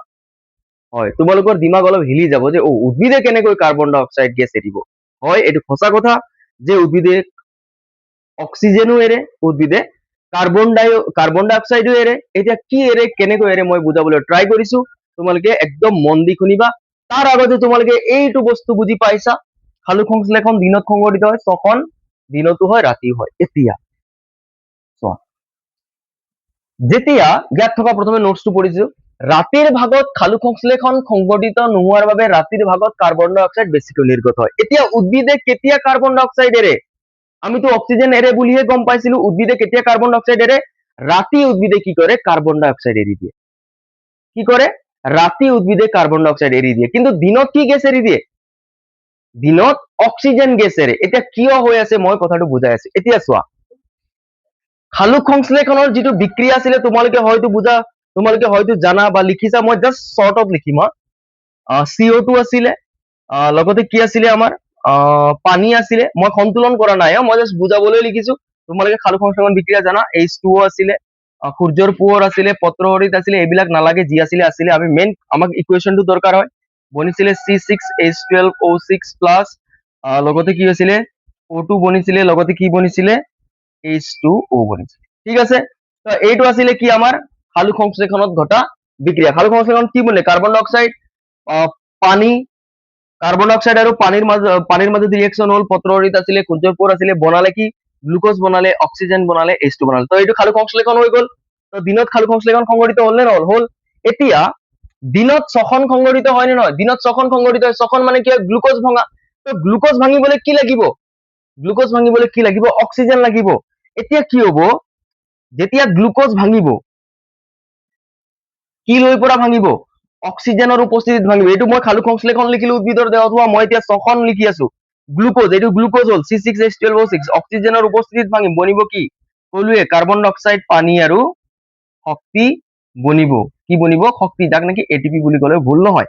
এতিয়া সালোক সংশ্লেষণ হওঁতে কি উৎপন্ন হৈ গল, অক্সিজেন উৎপন্ন হৈ গল। এতিয়া এই অক্সিজেন ইমান বেছি উৎপন্ন হৈ যায় যে অলপমান অক্সিজেন, ইয়াৰ পৰা অলপমান অক্সিজেন কলৈ আহিব, এই গ্লুকোজ ভাঙিবলৈ আহি যাব। কলৈ আহি যাব, গ্লুকোজ ভাঙিবলৈ ইয়াৰ পৰা অলপমান অক্সিজেন আহি যাব, ইয়াততো বহুত বেছি অক্সিজেন বনিব। আৰু যিখিনি থাকি গল অক্সিজেন, সেইখিনি কি হৈ যাব, দিনত উদ্ভিদৰ পাতৰ সহায়ত কি কৰি দিম, আমি বাহিৰ কৰি দিম। তেতিয়াহ'লে দিনত কি উৎপন্ন হৈছে, দিনত হৈছে অক্সিজেন উৎপন্ন। কেনেকৈ উৎপন্ন হৈছে, কিয়নো সালোক সংশ্লেষণত আমি গম পাইছো কি উৎপন্ন হয়, সালোক সংশ্লেষণত সালোক সংশ্লেষণত কি উৎপন্ন হয়, গ্লুকোজ উৎপন্ন হয়, অক্সিজেন উৎপন্ন হয় আৰু পানী উৎপন্ন হৈ গল। এতিয়া সালোক সংশ্লেষণত গ্লুকোজ বনি গল, এতিয়া গ্লুকোজ বনিলে উদ্ভিদে এনাৰ্জি পাব নেকি, নাপায়। গতিকে এই গ্লুকোজক এতিয়া কি কৰা দৰকাৰ, ভঙাৰ দৰকাৰ। তেতিয়াহ'লে এইটো গ্লুকোজ ইয়ালৈ আহি গ'ল, চোৱা এইটো যে খালু সংশ্লেষণত গ্লুকোজ বনিলে, এই গ্লুকোজ ইয়াত আনিলো আমি, ক'ত, কোষৰ ভিতৰতে হৈ আছে। তো আমি আনিলো গ্লুকোজক ইয়াত। এতিয়া গ্লুকোজে নিজেতো ভাঙিব নোৱাৰে, অক্সিজেনৰ উপস্থিতিত ভাঙিব। এতিয়া অক্সিজেন ল'ব লাগে নে নালাগে? তেতিয়াহ'লে কি কৰিব এতিয়া, ইয়াৰ পৰা যিটো খালু সংশ্লেষণত অলৰেডি কি উৎপন্ন হৈছে, অক্সিজেনতো উৎপন্ন হৈছে। আৰু এটা কথা মন কৰিবা, খালু সংশ্লেষণত বহুত বেছি পৰিমাণে অক্সিজেন উৎপন্ন হয়। গতিকে ইয়াৰ পৰা আমি অলপমান অক্সিজেনটো ইয়াত লৈ আহিব পাৰো। তো গ্লুকোজ আনিলো, অক্সিজেন আনিলো, তো গ্লুকোজ ভাঙিলে আৰু বনিলে কি, কাৰ্বন ডাই অক্সাইড, পানী আৰু শক্তি বনিলে। তেতিয়াহ'লে আৰু এটা কথা আহি গ'ল, অক্সিজেনটোতো ওলাল, ঠিক আছে, কিন্তু ইয়াত কাৰ্বন ডাই অক্সাইডোতো ওলাল। এই কাৰ্বন ডাই অক্সাইড তেতিয়াহ'লে দিনত কিয় নাই ওলোৱা? সেইটো এটা কুৱেশ্যন হ'ব পাৰে, যে দিনত ঠিক আছে খালু সংশ্লেষণত অক্সিজেন বনিলে, সেই অক্সিজেন বহুত বেছি বনে, তো গছে কি কৰি দিলে, খালু সংশ্লেষণত বনা অক্সিজেন বাহিৰ কৰি দিলে, মেক্সিমাম বাহিৰ কৰি দিলে, আৰু অলপ চলপ ক'ত আনিলে, এই গ্লুকোজ যে আছিলে সেই গ্লুকোজক ভাঙিবলৈ অলপমান অক্সিজেন আনিলে। আৰু যেতিয়া অক্সিজেন আহি গ্লুকোজ ভাঙিলে, কাৰ্বন ডাই অক্সাইড বনিলে, তেতিয়াহ'লে দিনততো কাৰ্বন ডাই অক্সাইডো ওলাব লাগিছিলে, কিন্তু নোলায়। কিহৰ কাৰণে? যিটো কাৰ্বন ডাই অক্সাইড ওলাব, সি লগে লগে কলৈ আহি যাব, আকৌ খালুক সংশ্লেষণত কি হ'ব, আহি যাব। কিয়? কিয়নো খালুক সংশ্লেষণত কি লাগে, কাৰ্বন ডাই অক্সাইড নালাগে নেকি? তো ইয়াত বনা কাৰ্বন ডাই অক্সাইড কোনটো কামত আহি যাব, আকৌ লগালগ বনিব, বাহিৰ ওলাবই নাপাব, কলৈ আহি যাব, কিয়নো এইটো খালুক সংশ্লেষণটো দিনত হৈ আছে, আমি দিনৰ কথা পঢ়ি আছো। তো ইয়াত যিটো দিনত যিটো কাৰ্বন ডাই অক্সাইড ওলাইছে, কি ভাঙি পৰা, গ্লুকোজ ভাঙি পৰা, সেই কাৰ্বন ডাই অক্সাইড কলৈ আহি যাব, আকৌ খালুক সংশ্লেষণ প্ৰক্ৰিয়াৰ কাৰণে আহি যাব। এতিয়া আৰু এটা ডাউট হ'ব পাৰে, খালুক সংশ্লেষণৰ কাৰণে দেখোন কাৰ্বন ডাই অক্সাইড আমি বাহিৰৰ পৰা লৈ আছিলো, পাতত থকা পত্ৰৰন্ধ্ৰৰ সহায়ত লৈ আছিলো। হয়, একজেক্টলি, আমি পাতত থকা পত্ৰৰন্ধ্ৰৰ সহায়তো লওঁ, লগতে লাগতিয়াল কাৰ্বন ডাই অক্সাইড কি হ'ব, আমি ইয়াত বনা কাৰ্বন ডাই অক্সাইডো ভিতৰি আমি লৈ ল'ম। তো দুটা জেগাৰ পৰা লৈ আছে। এটাতো গ্লুকোজ ভাঙি যিটো কাৰ্বন ডাই অক্সাইড বনিছে, সেইটো বাহিৰ ওলাবই নাপালে। কিয়? কিয়নো দিনত কি সংঘটিত হৈ আছে, খালুক সংশ্লেষণ হৈ আছে, আৰু এই খালুক সংশ্লেষণ হোৱাৰ কাৰণে এই কাৰ্বন ডাই অক্সাইডটো বাহিৰ ওলাবই নাপালে, ভিতৰি কলৈ আহি গ'ল, খালুক সংশ্লেষণৰ কাৰণে আহি গ'ল। কিয়নো খালুক সংশ্লেষণ প্ৰক্ৰিয়া সম্পন্ন কৰিবলৈ কি লাগিব, কাৰ্বন ডাই অক্সাইড লাগিব। পানীটো বাৰু শিপাৰ সহায়ত ল'ব। তো দিনৰ ভাগত সেইকাৰণে কি হয়, কাৰ্বন ডাই অক্সাইড বনে, কিন্তু ওলাবই নাপায়। কিহৰ কাৰণে? যিটো কাৰ্বন ডাই অক্সাইড দিনৰ ভাগত বনিছে, সেইটো লগালগ কলৈ গুচি যাব, খালুক সংশ্লেষণ প্ৰক্ৰিয়াৰ কাৰণে গুচি যাব, আৰু এই প্ৰচেছটো দিনত অহৰহ চলি থাকিব। আৰু সেইবাবে দিনত কি হৈ যায়, উদ্ভিদে কি গেছ বাহিৰ কৰি দিছে, মেক্সিমাম, অলপ চলপ কাৰ্বন ডাই অক্সাইড গেছ ওলাব পাৰে, কিন্তু মেক্সিমাম যাক আমি ধৰিব লাগিব, সেইটো কি গেছ উৎপন্ন কৰে, অক্সিজেন। সেইবাবে দিনত কি গেছ উৎপন্ন কৰে উদ্ভিদে, অক্সিজেন গেছ উৎপন্ন কৰে। কিন্তু যেতিয়া ৰাতিৰ কথা আহি গ'ল, এতিয়া আহি যাওঁ কোনটো কথা, ৰাতিৰ কথা। এতিয়া ৰাতি খালুক সংশ্লেষণ সংঘটিত হ'বনে? ৰাতি খালুক সংশ্লেষণ সংঘটিত নহ'ব। খালুক সংশ্লেষণ ৰাতি সংঘটিত নহ'ব, মানে ৰাতি খালুক সংশ্লেষণ সংঘটিত নহ'ব, মানে ৰাতি সূৰ্যৰ পোহৰে নাই, ক'ৰ পৰা খালুক সংশ্লেষণ হ'ব। কিন্তু শ্বসনটোতো ৰাতিও সংঘটিত হ'ব, শ্বসনটো কি হ'ব, ৰাতিও সংঘটিত হ'ব। সৰি, এইটো কাটি দিলো ন, ৰাতিও সংঘটিত হ'ব। তেতিয়াহ'লে খালুক সংশ্লেষণ হোৱা নাই, গতিকে ইয়াত খালুক সংশ্লেষণৰ ৰিয়েকশ্যন লিখি দেখুৱাৰ দৰকাৰ নাই। কিন্তু শ্বসন ৰাতি সংঘটিত হৈ আছে নে, হৈ আছে, মানে কি বনিছে, শ্বসনত কি বনে, কাৰ্বন ডাই অক্সাইড, পানী আৰু শক্তি বনে। এতিয়া চোৱা, ৰাতি কি বনাইছে উদ্ভিদে, শ্বসনত গ্লুকোজ ভাঙি পৰা কি বনাইছে, কাৰ্বন ডাই অক্সাইড বনিছে। এই কাৰ্বন ডাই অক্সাইড দিনত কলৈ গৈছিলে, খালুক সংশ্লেষণত ইউজ হ'বলৈ গুচি গৈছিলে, যাৰ কাৰণে দিনত কাৰ্বন ডাই অক্সাইড ওলোৱা নাছিলে, কিয়নো দিনততো খালুক সংশ্লেষণ হৈ আছিলে। কিন্তু ৰাতি খালুক সংশ্লেষণ সংঘটিত নোহোৱাৰ বাবে ইয়াত যিটো কাৰ্বন ডাই অক্সাইড বনে, সেই কাৰ্বন ডাই অক্সাইড খালুক সংশ্লেষণলৈ যাব নোৱাৰে, কিয়নো ৰাতি খালুক সংশ্লেষণ সংঘটিত নহয়। তেতিয়াহ'লে এই কাৰ্বন ডাই অক্সাইড ক'ত যাব, গছ বিলাকে ৰাতি কি কৰে, কাৰ্বন ডাই অক্সাইড সেইকাৰণে বাহিৰ কৰি দিয়ে। আৰু কি হ'ব, অক্সিজেন লাগিব নে নালাগিব গ্লুকোজ ভাঙিবলৈ? ইয়াত থকা যি গ্লুকোজ আছে ৰাতি C6H12O6, ইয়াক ভাঙিবলৈ অক্সিজেনৰ দৰকাৰ হ'ব নে নহ'ব, কিয়নো গ্লুকোজটো অক্সিজেনৰ উপস্থিতিত ভাঙিব। এতিয়া ইয়াত অক্সিজেন ক'ৰ পৰা লৈছিলে, ইয়াত অক্সিজেন আমাৰ খালুক সংশ্লেষণৰ পৰাই লৈছিলে, কিয়নো খালুক সংশ্লেষণত কি উৎপন্ন হৈছিলে, অক্সিজেন উৎপন্ন হৈছিলে। কিন্তু ইয়াততো খালুক সংশ্লেষণ হোৱাই নাই, মানে ইয়াত অক্সিজেন খালুক সংশ্লেষণৰ দ্বাৰা উৎপন্ন হোৱা নাই। তেতিয়াহ'লে এই অক্সিজেন ক'ৰ পৰা ল'ব উদ্ভিদে, ৰাতি গছ বিলাকে কি কৰিব, দেখা পাইছা ছবিটো, হয়, ৰাতি গছ বিলাকে কি কৰিব, তাৰ চাৰিওফালৰ পৰা কি লৈ ল'ব, অক্সিজেন লৈ ল'ব। কিহৰ কাৰণে, কিয়নো ৰাতিও গ্লুকোজক ভাঙি, শ্বসন ৰাতিও সংঘটিত হয়, গতিকে ৰাতি গ্লুকোজক ভাঙিবলৈ অক্সিজেন লাগিব, আৰু ৰাতি খালুক সংশ্লেষণ নোহোৱাৰ বাবে খালুক সংশ্লেষণৰ পৰা অক্সিজেন নাপায়, খালুক সংশ্লেষণৰ পৰা অক্সিজেন ৰাতি উদ্ভিদে নাপায়। গতিকে অক্সিজেন ক'ৰ পৰা ল'ব, সিহঁতে ৰাতি গছে তাৰ চাৰিওফালৰ পৰা অক্সিজেন লৈ ল'ব, পত্ৰৰন্ধ্ৰৰ পৰা লৈ ল'ব, আৰু সেই অক্সিজেন ইউজ কৰি পৰা গ্লুকোজক ভাঙিব, আৰু বনাব কাৰ্বন ডাই অক্সাইড গেছ, আৰু এই কাৰ্বন ডাই অক্সাইড কি হ'ব, সালোকসংশ্লেষণটো হোৱাই নাই যে ইউজ কৰিম, গতিকে ইয়াক বাহিৰ কৰাৰ দৰকাৰ হ'বনে নহ'ব, সেইবাবে ৰাতি কি হয় কাৰ্বন ডাই অক্সাইড গেছ বাহিৰ কৰি দিয়া যায়। আশা কৰো বুজা পাইছে। এইটো মানে অলপ টপিকটো, যিহেতু এনেকা টপিক আমি সৰু ক্লাছত পোৱা নাই, কিয়নো সৰু ক্লাছত আমাৰ দিমাগত বহাই দিয়া গৈছে যে উদ্ভিদে অক্সিজেন এৰে, গতিকে অক্সিজেনতে আমাৰ দিমাগটো ষ্টাক হৈ বহি থাকে ন, তাতে ফিট হৈ গ'ল আৰু নাই বোলে উদ্ভিদে কি কৰে অক্সিজেন এৰে হৈ গ'ল। গতিকে আজি গম পালা, যিহেতু এই বস্তুটো বুজি পাবলৈ অলপ অসুবিধা হ'ব পাৰে একবাৰত, পজ কৰি চোৱা ভিডিঅ'টো, দুবাৰ তিনিবাৰ চাই দিয়া বুজি পাই যাবা, মই ক'বলৈ ট্ৰাই কৰিছো। তেতিয়াহ'লে আমি যদি বুজি পাইছা ভাল কথা, যদি বুজি পাইছা আমি গম পালো উদ্ভিদে ৰাতি কনসা গেছ এৰে, কাৰ্বন ডাই অক্সাইড গেছ এৰে, উদ্ভিদে দিনত কনসাওয়ালা গেছ এৰে, অক্সিজেন গেছ এৰে। তাৰ পৰা কি বুজিলো, উদ্ভিদে কাৰ্বন ডাই অক্সাইড গেছো এৰি আছে, অক্সিজেন গেছো এৰি আছে, গতিকে ৰাতি কিন্তু কোনটোৱালা গেছ এৰে, ইহঁতে কাৰ্বন ডাই অক্সাইড গেছ এৰে। সেইবাবে কি কয়, তোমালোকে যদি শুনিছা ৰাতি ডাঙৰ ডাঙৰ গছৰ ওচৰত ৰাতি যাব নাপায় বুলি কয়, কি ওলাই, ভূত ওলাই বুলি কয়। একচুৱেল ভূত নহয়, কি হয়, ৰাতি যদি ডাঙৰ ডাঙৰ গছৰ ওচৰত তুমি জিৰাই দিয়া বা ৰেষ্ট লোৱা, সেই গছবিলাকে কি কৰিছে কাৰ্বন ডাই অক্সাইড গেছ এৰি দি আছে, আৰু সাৰাউণ্ডিঙৰ পৰা কি লৈ আছে, অক্সিজেন লৈ আছে। গতিকে সেই গছজোপাৰ ওচৰত অক্সিজেনৰ কমি হৈ যাব আৰু কাৰ্বন ডাই অক্সাইড গেছ বেছি হ'ব, যাৰ কাৰণে আমাৰ উশাহ নিশাহ লোৱাত প্ৰব্লেম হ'ব। আৰু যদি আমি হাৰ্টৰ পেচেণ্ট হয় বা আমাৰ হাওঁফাওঁত প্ৰব্লেম আছে, তেতিয়াহ'লে ডাঙৰ ডাঙৰ গছত যদি আমি ৰাতি জিৰণি লওঁ, কেতিয়াবা আমাৰ মৃত্যু পৰ্যন্ত হ'ব পাৰে। আৰু যদি বাই চান্স ডাঙৰ গছৰ ওচৰত তেনেকা কিবা বেমাৰ আজাৰ থকা মানুহ মৰি যায়, তাৰ মতলব কি হ'ব, সেই গছত ভূত আছে বুলি আমাৰ সমাজত অপপ্ৰচাৰ চলোৱা হয়, কিন্তু একচুৱেল ভূত কোন আছিলে, কাৰ্বন ডাই অক্সাইড গেছ আছিলে। সেইবাবে ৰাতি ডাঙৰ ডাঙৰ গছৰ ওচৰত যাব নালাগে, আৰু পৰাপক্ষত ৰাতি গছৰ ওচৰত নোযোৱাটো বেছি ভাল। তাৰ কাৰণটো কি হৈ গ'ল, ভূত নহয়, তাৰ কাৰণটো হৈ গ'ল কাৰ্বন ডাই অক্সাইড। আশা কৰো এইটো বুজা পাইছা। তেতিয়াহ'লে মই এতিয়া এই দুটা যে পইণ্ট লিখিলো, জাষ্ট দুটা পইণ্ট আছিলে, কিন্তু বুজাবও লাগিব এই দুটা পইণ্ট, তোমালোকে এইটো বুজিলেহে ভালকে বুজি পাবা বুলি মই এই গোটেইটো ইয়াত বুজাই দিল। এতিয়া মই পইণ্টটো কৰি দিছো। ৰাতিৰ ভাগত সালোক সংশ্লেষণ সংঘটিত নোহোৱাৰ বাবে ৰাতিৰ ভাগতে কাৰ্বন ডাই অক্সাইড বেছিকৈ নিৰ্গত হয়। মই ক'লোৱে, ৰাতি যিটো কাৰ্বন ডাই অক্সাইড বনিছে, সৃষ্টি হৈছে, সেইটো কি হৈছে, সালোক সংশ্লেষণ হলেতো বাৰু এই কাৰ্বন ডাই অক্সাইড আকৌ উদ্ভিদে ইউজ কৰিলে হয়, কিন্তু ৰাতি সালোক সংশ্লেষণ হোৱা নাই, মানে এই কাৰ্বন ডাই অক্সাইডক কি কৰে, গছে যা ভাই বাহিৰ যা, তোৰ কাম নাই বুলি বাহিৰ ওলাই দিয়ে। তো সেইবাবে কৈছে ৰাতিৰ ভাগত কাৰ্বন ডাই অক্সাইড বেছিকৈ নিৰ্গত হয়। বুজা পালা।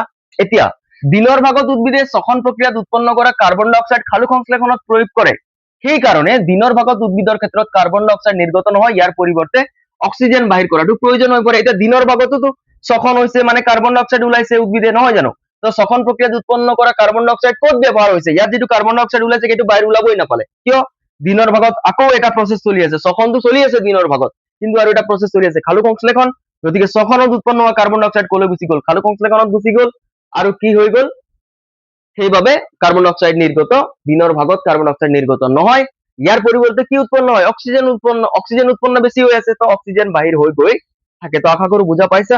যদি ইয়াত মই ৰিয়েকশ্যনত কিবা থাকি গৈছে ন, কিয়নো মই বুজাবলৈ খৰধৰকে লিখিছো, বুজিতো পালেই হৈ গ'ল। যদি কৰবাত কিবা থাকি গ'ল তোমালোকে মেনেজ কৰিবা।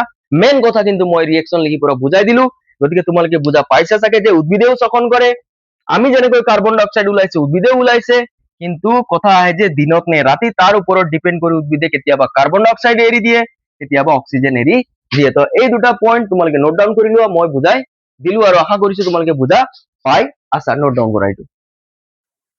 এতিয়া চোৱা, এতিয়া আমি আৰু এটা পইণ্ট আমাক লিখা আছে যে জলচৰ প্ৰাণী আৰু স্থলচৰ প্ৰাণী, এইটো তোমালোকে জানা। জলচৰ মানে কোন, জলত বাস কৰা, পানীত বাস কৰা। স্থলচৰ প্ৰাণী মানে কোন, যোন মাটিত বাস কৰে। ধৰা আমি আমাৰ কথা ভাবি লোৱা স্থলচৰ প্ৰাণী, জলচৰ প্ৰাণীত ভাবি লোৱা মাছৰ কথা। জলচৰ বুলি কাৰ এক্সাম্পল লৈ লোৱা, ধৰা মাছ, স্থলচৰ মানে আমি। এতিয়া জলচৰ প্ৰাণীসমূহে কি হয়, জলচৰ প্ৰাণীসমূহে স্থলচৰ প্ৰাণীতকৈ বেছি জোৰেৰে কি লয়, উশাহ ল'ব লগা হৈ যায়। কি ল'ব লগা হৈ যায়, উশাহ ল'ব লগা হৈ যায়। যেনে মাছে কি কৰে, বহুত জোৰেৰে বহুত জল্দি জল্দি উশাহ লয়। আমি জোৰে জোৰে উশাহ লৈ আছো নেকি, জল্দি জল্দি উশাহ লৈ আছো নেকি, নাই লোৱা। আমি আৰামছে নৰ্মেল হিচাপে উশাহ লৈ আছো, মানে উশাহ লৈ আছো মানে কি, অক্সিজেন ভৰাই আছো। কিন্তু জলচৰ প্ৰাণীয়ে উশাহ জল্দি জল্দি লয়। তোমালোকে যদি দেখিছা জলচৰ প্ৰাণী, মাছৰ কথাই কোৱা, মাছে মুখটো এনি টাইম এনেকা টেপ টেপাই থাকে। বুজা গৈছে, কিয় টেপ টেপাই আছে আমি বুজিম। চোৱা, জলচৰ প্ৰাণী মানে ক'ত আছে, আমাৰ মাটিত আছে, হয়। এতিয়া আমি অক্সিজেন যিটো লৈছো সেইটো ক'ৰ পৰা লৈছো, আমাৰ চাৰিওফালে থকা বায়ুমণ্ডলৰ পৰা লৈছো, আৰু বায়ুমণ্ডলত প্ৰচুৰ পৰিমাণে অক্সিজেন আছে। কিমান পাৰ্চেন্ট আছে আমাৰ বায়ুমণ্ডলত অক্সিজেন, যদি মই ভুল নহয় 21% মান হ'ব।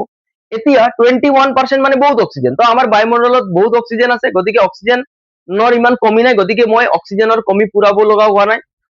পুৰা মানে মজাকে অক্সিজেন আছে বায়ুমণ্ডলত, গতিকে সেই অক্সিজেন লবলৈ মই খৰকে উশাহ নিশাহ ল'ব লগা হোৱা নাই, মানে জলচৰ প্ৰাণীয়ে জোৰকৈ বা খৰকৈ উশাহ নিশাহ ল'ব হোৱা নাই। কিন্তু ইয়াৰ বিপৰীতে জলচৰ প্ৰাণীয়ে অক্সিজেন ক'ৰ পৰা পাব? ধৰা হ'ল এইটো এটা পুখুৰী, দেখা পাইছে ছবিটো? হয়, ধৰা হ'ল ইয়াত আছে এটা মাছ আঁকি দিছো মই। এতিয়া এই মাছে উশাহ নিশাহ ল'ব নালাগে নেকি? এই মাছক অক্সিজেনৰ দৰকাৰ নাই নেকি? উশাহ ল'ব লাগিব, কিন্তু উশাহ ক'ত ল'ব? ইটো বায়ুমণ্ডলত ওলাই পৰা উশাহ ল'ব নোৱাৰে, ই পানীতে উশাহ ল'ব। গতিকে পানীত থকা অক্সিজেন ল'ব, ই কি ক'ৰ পৰা উশাহ ল'ব? পানীত দ্ৰৱীভূত হৈ থকা অক্সিজেন লৈ পৰা উশাহ ল'বই, নহয় জানো? এতিয়া পানীটো কি হৈ যায়? অক্সিজেন দ্ৰৱীভূত হৈ যায়। যেনে আমাৰ বায়ুমণ্ডলততো অক্সিজেন আছে, কিন্তু এই পানীটো কি হ'ব? অক্সিজেন দ্ৰৱীভূত হ'ব ক'ৰ পৰা? অক্সিজেন বায়ুমণ্ডলত থকা অক্সিজেন পানীত সোমাই যাব পাৰে, নহয় জানো? তোমাৰ ঘৰত থকা পুখুৰীটো বায়ুমণ্ডলৰ টাচত নাই নেকি? বায়ুমণ্ডলৰ টাচতেতো আছে পুখুৰী, গতিকে বায়ুৰ পৰা অক্সিজেন পানীত সোমাই পৰা তাতে ঘোল খাই যাব। বায়ুমণ্ডলত থকা অক্সিজেন কি হ'ব? পানীত সোমাব, তাতে ঘোল খাই যাব। কিন্তু কথাটো হৈ গ'ল, বায়ুমণ্ডলত যিমান বেছি অক্সিজেন পোৱা যায়, পানীত ইমান বেছি অক্সিজেন পোৱা নাযায়, কিয়নো বায়ুৰ পৰা ঘোল খোৱা অক্সিজেনেতো তাত সোমাব, নহয় জানো? গতিকে পানীত অক্সিজেন কি আছে? কম আছে। গতিকে অক্সিজেনৰ অভাৱ পূৰণ কৰিবলৈ কি কৰিব লাগিব? যিহেতু কম আছে, গতিকে সিহঁতে জোৰে জোৰে উশাহ নিশাহ ল'ব লাগিব। এতিয়া সিমানটো কথা বুজা পাইছা? কিয় আমি এটা কথা গম পালো যে আমি পোনপটীয়াকৈ বায়ুমণ্ডলৰ পৰা অক্সিজেন ল'ব পাৰো, কিন্তু জলচৰ জীৱবিলাকে পোনপটীয়াকৈ কি কৰিব নোৱাৰে? বায়ুমণ্ডলৰ পৰাতো অক্সিজেন ল'ব নোৱাৰে জলচৰে, তো কি হ'ব? পানীত দ্ৰৱীভূত হৈ থকা অক্সিজেনে ল'ব। পানীত কেনেকৈ দ্ৰৱীভূত হয় মই ক'লোৱে, বায়ুমণ্ডলৰ পৰাই গৈ মেলি তাতে ঘোল খাই যায় অক্সিজেন, নহয় জানো? এতিয়া আৰু এটা কথাও গম পালো যে জলচৰ প্ৰাণীতকৈ জলচৰ প্ৰাণীয়ে স্থলচৰ প্ৰাণীতকৈ খৰকে উশাহ লয়, মানে জলচৰ প্ৰাণীয়ে খৰকে উশাহ ল'বই লাগিব, কিয়নো পানীত আছে, পানীত অক্সিজেন কম আছে, তো সেই কমিটো ফিল আপ কৰিবলৈ বেছি উশাহ ল'বলৈ সিহঁতে খৰকৈ উশাহ লয়। এতিয়া মাছে কেনেকৈ উশাহ লয়? এতিয়া জলচৰ প্ৰাণীৰ বিষয়ে আমি কাৰ কথা পঢ়িম? মাছৰ কথা পঢ়িম। তো তোমালোকে চোৱা মাছে কেনেকৈ উশাহ লয়। ধৰা হ'ল এইটো এটা কি হয়? এইটো পুখুৰী বুলি ভাবি লোৱা, ইয়াত আছে মাছ। এতিয়া ছবি আঁকিবলৈ আকৌ লাগিব, বেয়া হলেও হাঁহি নিদিবা, জাষ্ট মই বুজাবলৈহে আঁকিছো। ধৰা হ'ল এইটো এটা মাছ হয়, এইটো এটা কি হয়? মাছ হয়। এতিয়া তোমালোকে মাছটোতো দেখিছা, যদি দেখা পাইছা বা দেখিছা, তেতিয়াহ'লে মাছৰ এইখিনি জেগাত তোমালোকে ফল্ডিং ৱালা চিষ্টেম থাকে। এইখিনি জেগাত আমি এনেকৈ খোলা বা বন্ধ হ'ব পাৰে, বুজা পাইছা? এইখিনি জেগা খোলা বা বন্ধ হ'ব পাৰে, যদি মাছ কাটিছা দেখি পাইছা। আৰু এইখিনি জেগাত যদি অলপমান দাঙি চোৱা, ইয়াৰ ভিতৰত তোমালোকে ৰেড লাইনৰ এনেকা কিছুমান বস্তু দেখা পাবা, ৰেড থাকিব, যাক নেকি আমি কাণ বুলি কৈ দিয়ে আৰু ওলাই পৰা পেলাই দিয়ে। কিছুমানে খাই, এইটো বেলেগ কথা, কিছুমানে খাই, কিছুমানে পেলাই দিয়ে। এইডালক যেতিয়া দাঙিবা, ইয়াৰ ভিতৰত তোমালোকে ৰেড কালাৰত এনেকা কিছুমান বস্তু দেখা পাবা। হয়, খাবও পাৰি, পেলাই দিব পাৰি, কোনো কথা নাই। এতিয়া এইটো দাঙোতে এইটো যিটো ফল্ডিং ৱালা পাৰ্ট হয়, যিটো মাছৰ এই মুখৰ ইফালে অলপ আগতে থাকে, এইটো চকু হৈ গ'ল, এইখিনি জেগাতে থাকে, যাক নেকি আমি খোলা বা বন্ধ কৰিব পাৰো। এইডালক যদি এনেকা খুলি বা মেলি পৰা চাই দিয়া, তেতিয়াহ'লে দেখিবা ইয়াৰ ভিতৰত এনেকা ৰেড কালাৰৰ কিছুমান বস্তু পাবা। এনেকা লেয়াৰ 2-3-4টা মান লেয়াৰ পাবা, এটা দুটা তিনিটা পাতলা পাতলাকে তিনিটা লেয়াৰ বা 3-4টা লেয়াৰ মান পাবা। তো এইবিলাকক কি বুলি কয়? ৰেড কালাৰৰ। এইটো ওলালে যিটো ৰেড কালাৰৰ দেখা পাবা, তাক কি বুলি কয়? ফুল বুলি কয়। হয়, এতিয়া তোমালোকে পাইছা যে মাছে কিহৰ সহায়ত উশাহ নিশাহ লয়? ফুলৰ সহায়ত। তো ফুল কোনটোৱে বুজি পালা? এতিয়া চোৱা, মেইন কথাটো আহি গ'ল, আমি এইটো মাছ ক'ত আছে? পানীত আছে। তেতিয়াহ'লে পানীত অক্সিজেন নাই নেকি? পানীত অক্সিজেন আছে, কিয়নো বায়ুমণ্ডলৰ পৰা অক্সিজেন আহি পৰা পানীত ঘোল খাইছে। কিন্তু কথাটো হৈ গ'ল, আমাৰ বায়ুমণ্ডলত যিমান অক্সিজেন আছে, পানীত সিমান অক্সিজেন নাই। গতিকে মাছে কি কৰে? পানীত অক্সিজেন আছে, ই কি কৰিব? এই মুখৰ সহায়ত পানী খাব। কি খাব? মুখৰ সহায়ত কি খাব? পানী খাব। এতিয়া যেতিয়া পানী খাই আছে, পানীততো অক্সিজেন ঘুলি খাই আছে, তো যেতিয়া পানী খাব, পানীত থকা অক্সিজেন খিনি কি হ'ব? পানী খাওঁতে পানীৰ লগতে তাত ঘোল খাই যোৱা অক্সিজেন খিনি মুখৰ ভিতৰত ভৰি যাব, আৰু মুখৰ ভিতৰত কি হৈ যাব? পানী খাওঁতে অক্সিজেনো ভৰি গুচি যাব। আৰু সেই পানীটো ক'ৰ পৰা ওলাই দিব? এইটো জেগাৰ পৰা ওলাই দিব, ফুলৰ সহায়। ইয়াত কি হ'ব? ভিতৰত আছে ফুল, তো সেই পানীখিনি কাক পাৰ হৈ যাব? ফুলক পাৰ হৈ পৰা এই যিটো ফল্ডিং নিচিনা আছে জেগা, সেই জেগাৰ পৰা বাহিৰ হৈ যাব। মানে মুখেৰে পানী সোমালে মানে পানীত থকা অক্সিজেন ঘুলি থকা অক্সিজেনো সোমালে, আৰু ফুলক পাৰ হৈ আহি পৰা এই ফুলক পাৰ হৈ আহিব পানীখিনি আহোঁতে। এই যিটো ফুল আছিলে, মই যে ইয়াত আঁকিছিলো, এইডাল উঠাই দিওঁতে ইয়াত তোমালোকে ৰেড কালাৰৰ দেখা পাবা, এনেকা, যাক ফুল বুলি কয়। তো এই পানীখিনি ইফালে ফুলৰ মাজেৰে ফিল্টাৰ হৈ পৰা পাৰ হৈ পৰা কলৈ আহি যাব? এই ফল্ডিং ৱালা জেগাৰ পৰা পানীখিনি বাহিৰ হৈ আহি যাব। এইখিনিতে ঘটনাটো ঘটে। যেতিয়া এই ফুলৰ মাজেৰে পানীখিনি পাৰ হৈ আহে, তেতিয়া এই ফুলে কি কৰে? পানীত ঘুলি খোৱা অক্সিজেন খিনি কি কৰি লয়? শোষণ কৰি ৰাখি দিয়ে, আৰু পানীখিনিক ইফালে পাৰ কৰি দিয়ে, গতিকে মাছে এনেকৈ উশাহ নিশাহ লয়। আৰু যিহেতু পানীত অক্সিজেন বহুত কম আছে, তো মাছে কি কৰে, এনি টাইম পানী খাই থাকিব। কি কৰি থাকিব, মুখটোক এনেকে টেপ টেপাই কি কৰি থাকে, পানী খাই আছে মানে। কিয় ইমান বেছি পানী খাব লগা হৈছে, কিয়নো পানীত অক্সিজেন কম আছে। আৰু ই অক্সিজেনৰ অভাৱ পূৰণ কৰিবলৈ বেছি পানী, যিমান বেছি পানী খাব সিমান বেছি পানী উলিয়াব। ইয়াৰ পৰা মুখৰ পৰা পানী খাব, এইখিনি জেগাৰ পৰা পানী উলিয়াব, আৰু এই মাজত যেতিয়া পানীখিনি ওলাব তাৰ আগতে পানীখিনি ক'ৰ পৰা পাৰ হৈ যায়, এই ফুলৰ পৰা পাৰ হৈ যায়। আৰু যেতিয়া এই ফুলৰ পৰা পানীখিনি পাৰ হৈ যায়, অক্সিজেন খিনি সেই ফুলে কি কৰি লয়, শোষণ কৰি লয়, আৰু মাছে তেনেকৈ অক্সিজেনটো লৈ লয়। বুজা গৈছে? তো মাছে ফুলৰ সহায়ত উশাহ লয়। কেনেকৈ উশাহ লয় মই তোমালোকক কৈ দিছো, তো তোমালোকে আশা কৰো বুজা পাইছা। ইমানটো বুজা গৈছে?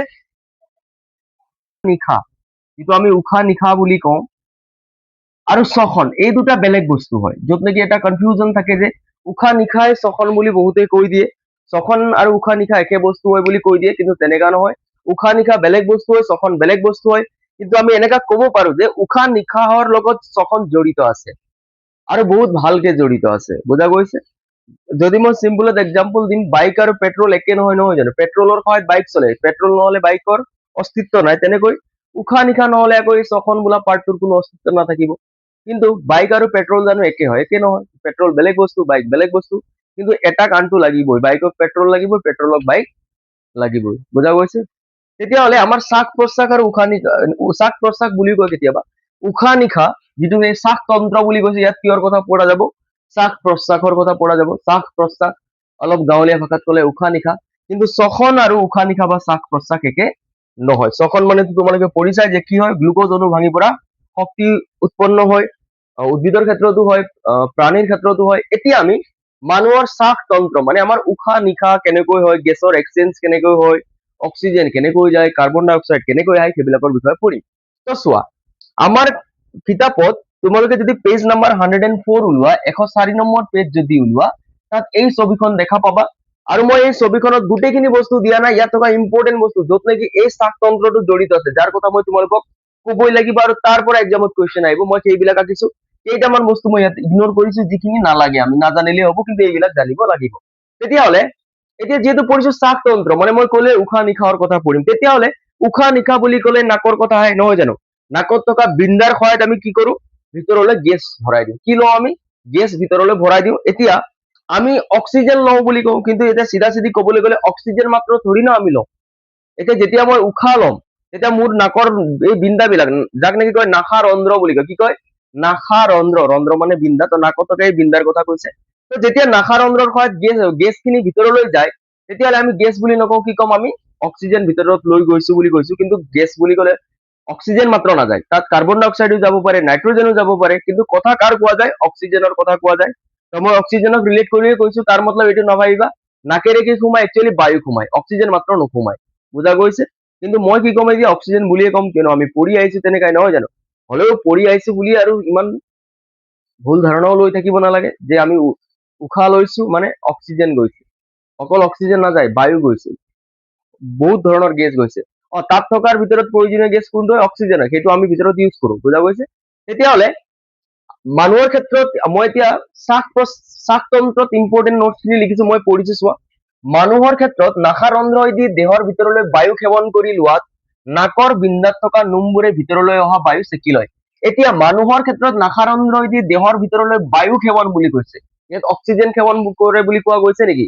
নাই কোৱা। তো মই সেইটোৱে কৈ আছিলো, অক্সিজেন লাগে, আমি লওঁ অক্সিজেনৰ কাৰণে কামটো কৰি আছো, কিন্তু গৈ আছে কি, বায়ু ক'ৰ পৰা গৈছে, নাসা ৰন্ধ্ৰৰ পৰা। তো মই নাকৰ পৰা কি লৈ ললো, বায়ু লৈ ললো। এতিয়া যেতিয়া বায়ুক মই নাসা ৰন্ধ্ৰৰ পৰা বা নাকৰ বিন্দাৰ পৰা বায়ুখিনিক মই সোমাই দিলো ভিতৰলৈ, তেতিয়াহ'লে বায়ুত অকল গেছ বিলাক মাত্ৰ নাথাকে, বিভিন্ন ধৰণৰ ধূলিকণা থাকিব পাৰে, ধূলি বালি থাকিব পাৰে, নহয় জানো? বায়ুমণ্ডলত এইবিলাক ঘূৰি আছে অনবৰতে, সেই ধূলি বালিবোৰ নাকত সোমাই যাব। হয়, আৰু সেই ধূলি বালি নাকৰ পৰা সোমাই মোৰ কলৈ গুচি যাব, একেবাৰে মোৰ এই হাওঁফাওঁলৈ গুচি যাব পাৰে। এই চাইডত যে দুটা এনেকা কভাৰ দেখা পাই আছে, ইয়াক কি বুলি কয়, হাওঁফাওঁ বুলি কয়, তোমালোকে জানাই। কলৈ গুচি যাব, সেই ধূলি বালিখিনি নাকৰ সহায়ত হাওঁফাওঁলৈ গুচি যাব। আৰু ভাবি লোৱা, যদি হাওঁফাওঁ ধূলি বালি গৈছে, তেতিয়াহ'লে আমাৰ হাওঁফাওঁক ডেমেজ কৰি দিব। সেইবাবে আমাৰ নাকৰ ভিতৰত যদি ভালকে চোৱা, তোমালোকে সৰু সৰু কিছুমান নোম আছে। কি আছে? সৰু সুৰা নোম আছে আমাৰ নাকৰ ভিতৰত। আৰু এই নোম বিলাক এনেই দিয়া নাই, এই নোম বিলাক ডিজাইনৰ কাৰণে বা এনে দিয়া হোৱা নাই, এইবিলাক এনে আছে বুলি নাভাবিবা। এই নোম বিলাকে কি কাম কৰে, ফিল্টাৰৰ কাম কৰে। আমি যেতিয়া উশাহ লওঁ, যেতিয়া আমাৰ ভিতৰত বায়ু সোমায়, তেতিয়াহ'লে বায়ুৰ লগত কি হয়, কেতিয়াবা ধূলি বালি সোমাই যায়। তো সেই ধূলি বালি খিনিক যাতে ভিতৰলৈ নাকৰ পৰা গৈ একেবাৰে হাওঁফাওঁলৈ গৈ নাপাওক, গতিকে সেই ধূলি বালি কি কৰিব লাগিব, নাকতে ৰখাই থব লাগিব, মানে ফিল্টাৰ কৰিব লাগিব। তো সেই ফিল্টাৰ কৰা কামটো কোনে কৰে, নাকৰ বিন্দাত থকা, নাসাৰ অন্ধ্ৰত থকা, নাকত থকা এই নোম বিলাক, যিবিলাক আমাৰ নাকৰ ভিতৰত তোমালোকে চাবা আইনাত গম পাই যাবা। তো সেই নোম বিলাকে কি কৰে, ফিল্টাৰৰ কাম কৰে। কাক ফিল্টাৰ কৰে, যেতিয়া বায়ু লৈ আছিলো বা যেতিয়া অক্সিজেন লৈ আছিলো, তেতিয়া আমাৰ সেই বায়ুৰ লগত সোমাই যোৱা ধূলি বালি খিনি কি কৰে, ফিল্টাৰৰ কাম কৰে। তো সেইটো বুজা পাইছা, এইটো ফাৰ্ষ্ট নোটছত মই পঢ়ি দিছো। মানুহৰ ক্ষেত্ৰত নাসাৰন্ধ্ৰইদি দেহৰ ভিতৰলৈ বায়ু সেৱন কৰি লোৱাত নাকৰ বিন্দাত থকা নোমবোৰে ভিতৰলৈ অহা বায়ু চেকি লয়। এতিয়া বায়ু কিয় চেকিব, কিয়নো তাত ধূলি বালি থাকিব। তো ফাৰ্ষ্ট পইণ্ট বুজা গৈছে। এতিয়া আমাৰ নাসাৰন্ধ্ৰত, আমাৰ নাকৰ ভিতৰত যেতিয়া আঙুলি চাঙুলি কেতিয়াবা তোমালোকে ভৰাইছে চাগে, নাকতো আঙুলি নভৰোৱাকে ডাঙৰ হোৱা নাই, ক্লাছ 10 পাইছে যেতিয়া কেতিয়াবা নাকৰ আঙুলি গৈছে, হয় জানো, বুজা গৈছে। তো এতিয়াও ভৰোৱা চাগে। তো নাকৰ ভিতৰত যদি আঙুলি ভৰাই পৰা অলপ ঘূৰাই দিয়া ন, এনে লেতেৰা কথা হয়, লাগিছে চাগে লেতেৰা কথা কৈ আছো, কিন্তু সঁচা কথা আৰু কবই লাগিব ন, চায়েন্স হয়, অলপতো লেতেৰা থাকিবই বায়লজি চাবজেক্টটো। লেতেৰা নহয় একচুৱেলি, আমি ভাবি লওঁ লেতেৰা বুলি। তো যেতিয়া নাকৰ ভিতৰত আঙুলি সোমাই অলপ ঘূৰাই দিয়া, তেতিয়াহ'লে বিজল বিজল কিবা এটা বস্তু থাকিব, আঠা আঠা জাতীয়। তো তাক কি বুলি কয়, শ্লেষ্মা বুলি কয়। তো নাকৰ ভিতৰত, আমাৰ এই নাকৰ ভিতৰতে আঙুলি ভৰাই অলপ ঘূৰাই দিলে এটা আঠা জাতীয় বস্তু ওলাব, হয়। তো তাক কি বুলি কয়, আমাৰ নাকৰ ভিতৰতে থাকে, তাক কয় শ্লেষ্মা বুলি কয়।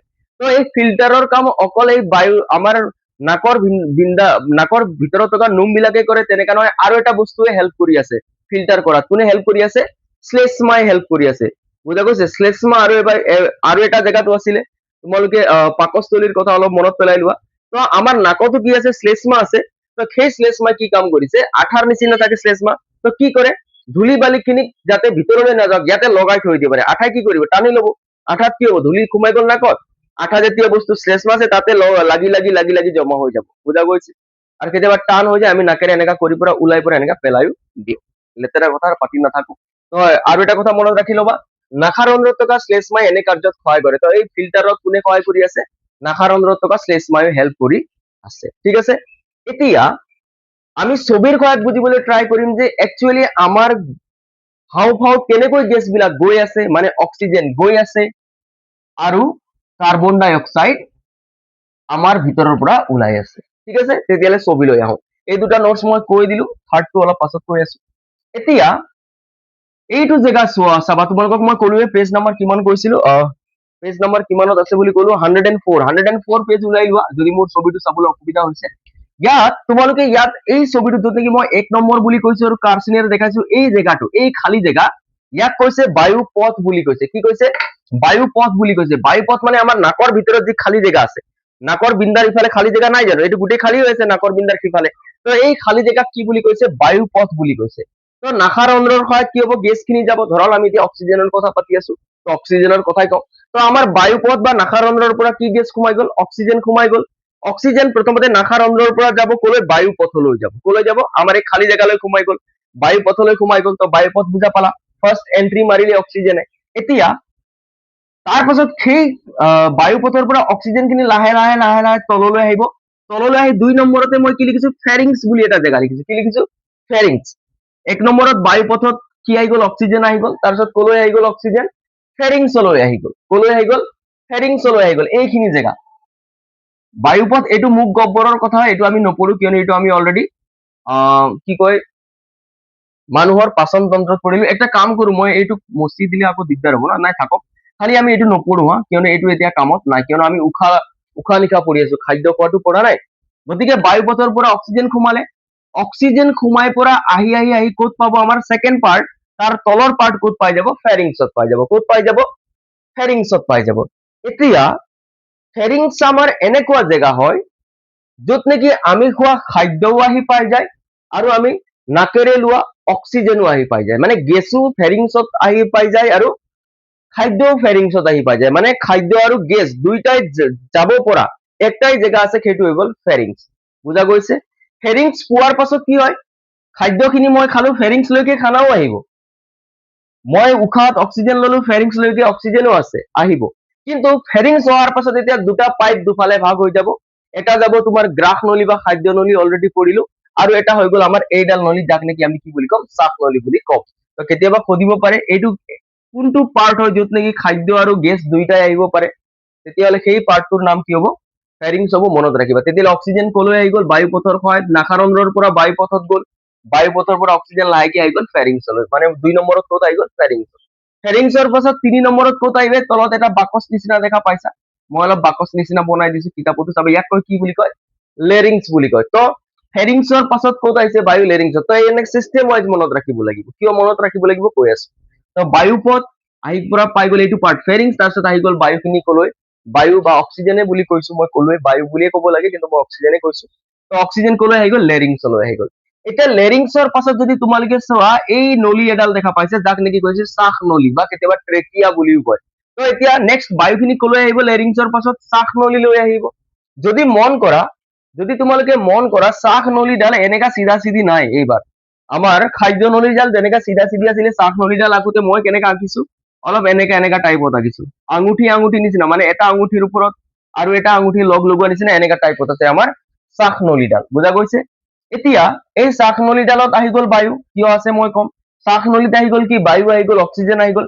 এতিয়া যদি ভালকে মন কৰা, এই শ্বাস নলীডাল ইয়াৰলৈকে ঠিকে এটাই হৈ আহিছে, কিন্তু এইখিনি জেগাত দুটা দুটা ব্ৰাঞ্চত ভাগ হৈ গ'ল। এটা হৈ গ'ল আমাৰ এইটো, এইটো এটা জায়গা, আৰু এটা হৈ গ'ল এইটো। তো দুটা দুইফালে পাইপটো দুটা ভাগ হৈ গ'ল, এইটো শ্বাস নলী এডাল পাইপ, আৰু সেই শ্বাস নলীডাল দুইফালে দুটা পাইপত ভাগ হৈ গ'ল, বুজা গৈছে।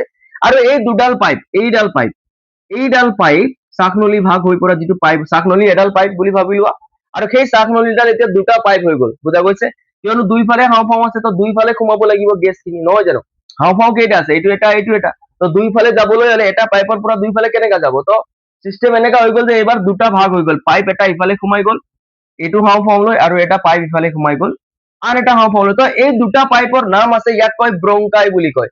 তো 1 নম্বৰত বায়ুপথ, 2 নম্বৰত ফেৰিংছ, 3 নম্বৰত লেৰিংছত আহিল বায়ু, 4 নম্বৰত শ্বাস নলীত আহিল, 5 নম্বৰত শ্বাস নলীয়ে ভাগ হৈ পৰা দুটা পাইপ বনালে, যাক নেকি কৈছে 5 নম্বৰত ব্ৰংকাই। মনত ৰাখি ল'বা কিন্তু, শ্বাস নলীডাল যি দুটা পাইপত ভাগ হৈ গৈছে, সেই পাইপ, সেই নলীডাল, পাইপ মানে নলীডালৰ নাম কি হয়, সেই নলীবিলাকৰ নাম কি, এক যোৰা, দুইটা।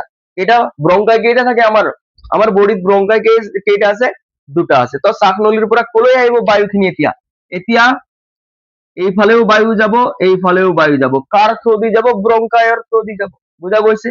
এতিয়া যদি ভালকে মন কৰা, এই ব্ৰংকাই খিনিও কি হৈছে, সৰু সৰু আৰু পাইপত ভাগ হৈছে, এইফালে এটা পাইপ, এইফালে এটা পাইপ, এইফালে এটা পাইপ, মই কম আৰু ধেৰ হ'ব। আৰু এই ব্ৰংকাই, মানে এই ব্ৰংকাইটো বুজি পালা, এই দুডাল পাইপ, এই দুডাল পাইপ আৰু সৰু সুৰা পাইপত ভাগ হৈছে, মানে ব্ৰংকাই ডাঙৰ পাইপ হৈ গ'ল শ্বাস নলী, শ্বাস নলীৰ পৰা দুটা পাইপ সৰু সৰুকে ওলাই গ'ল, যাক নেকি কৈছে কি, ব্ৰংকাই।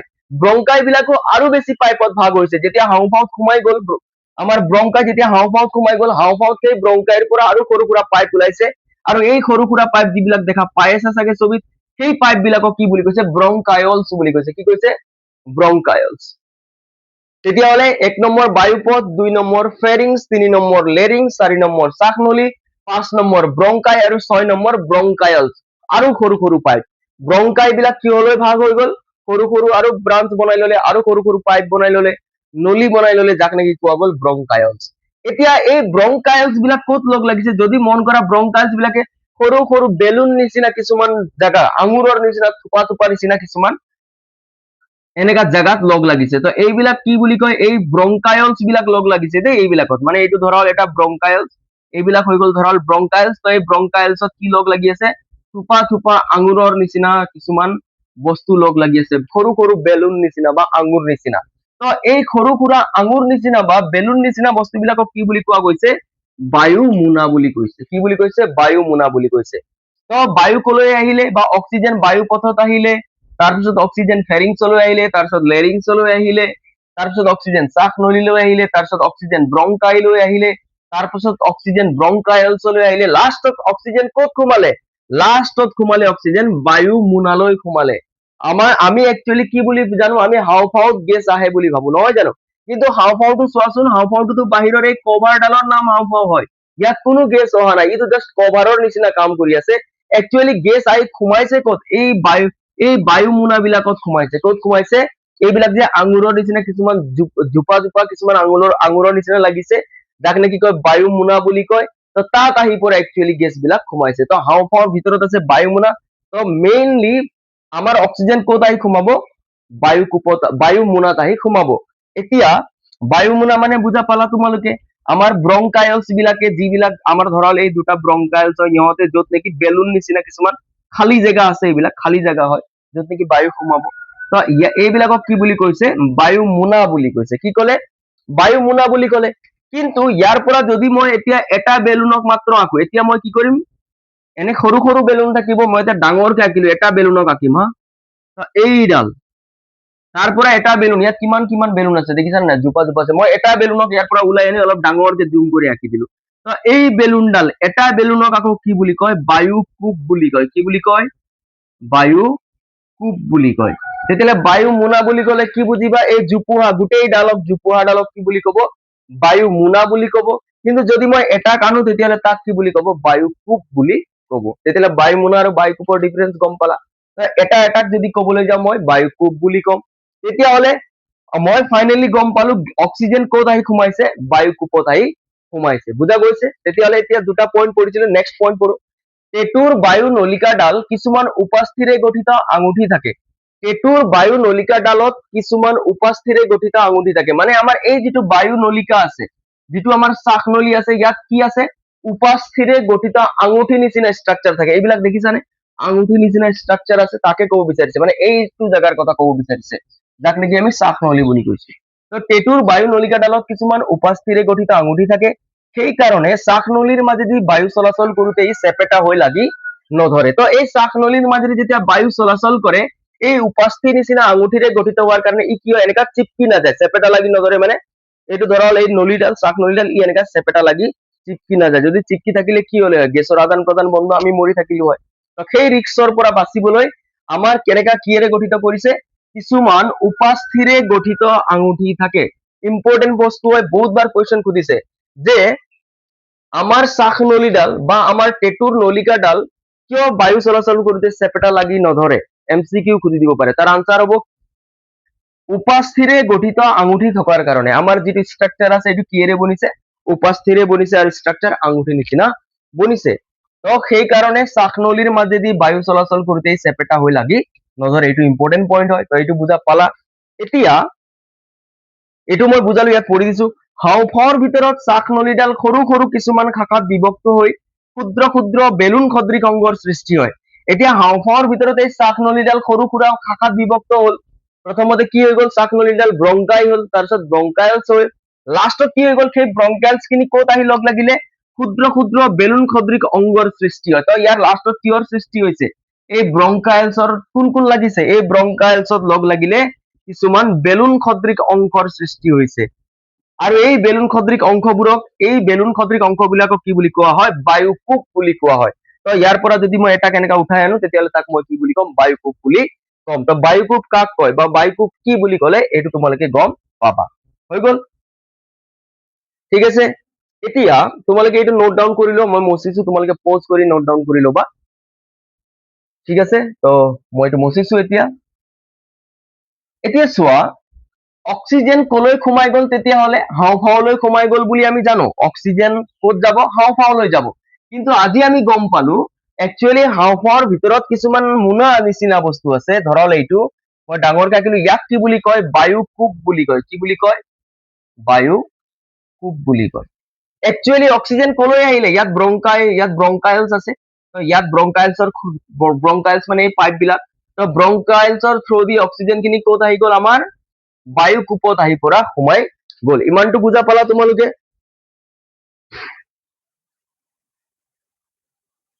আৰু তোমালোকৰ ছবিত বা ইয়াত ধুনীয়াকে দিয়ে দিয়া আছে, হয়।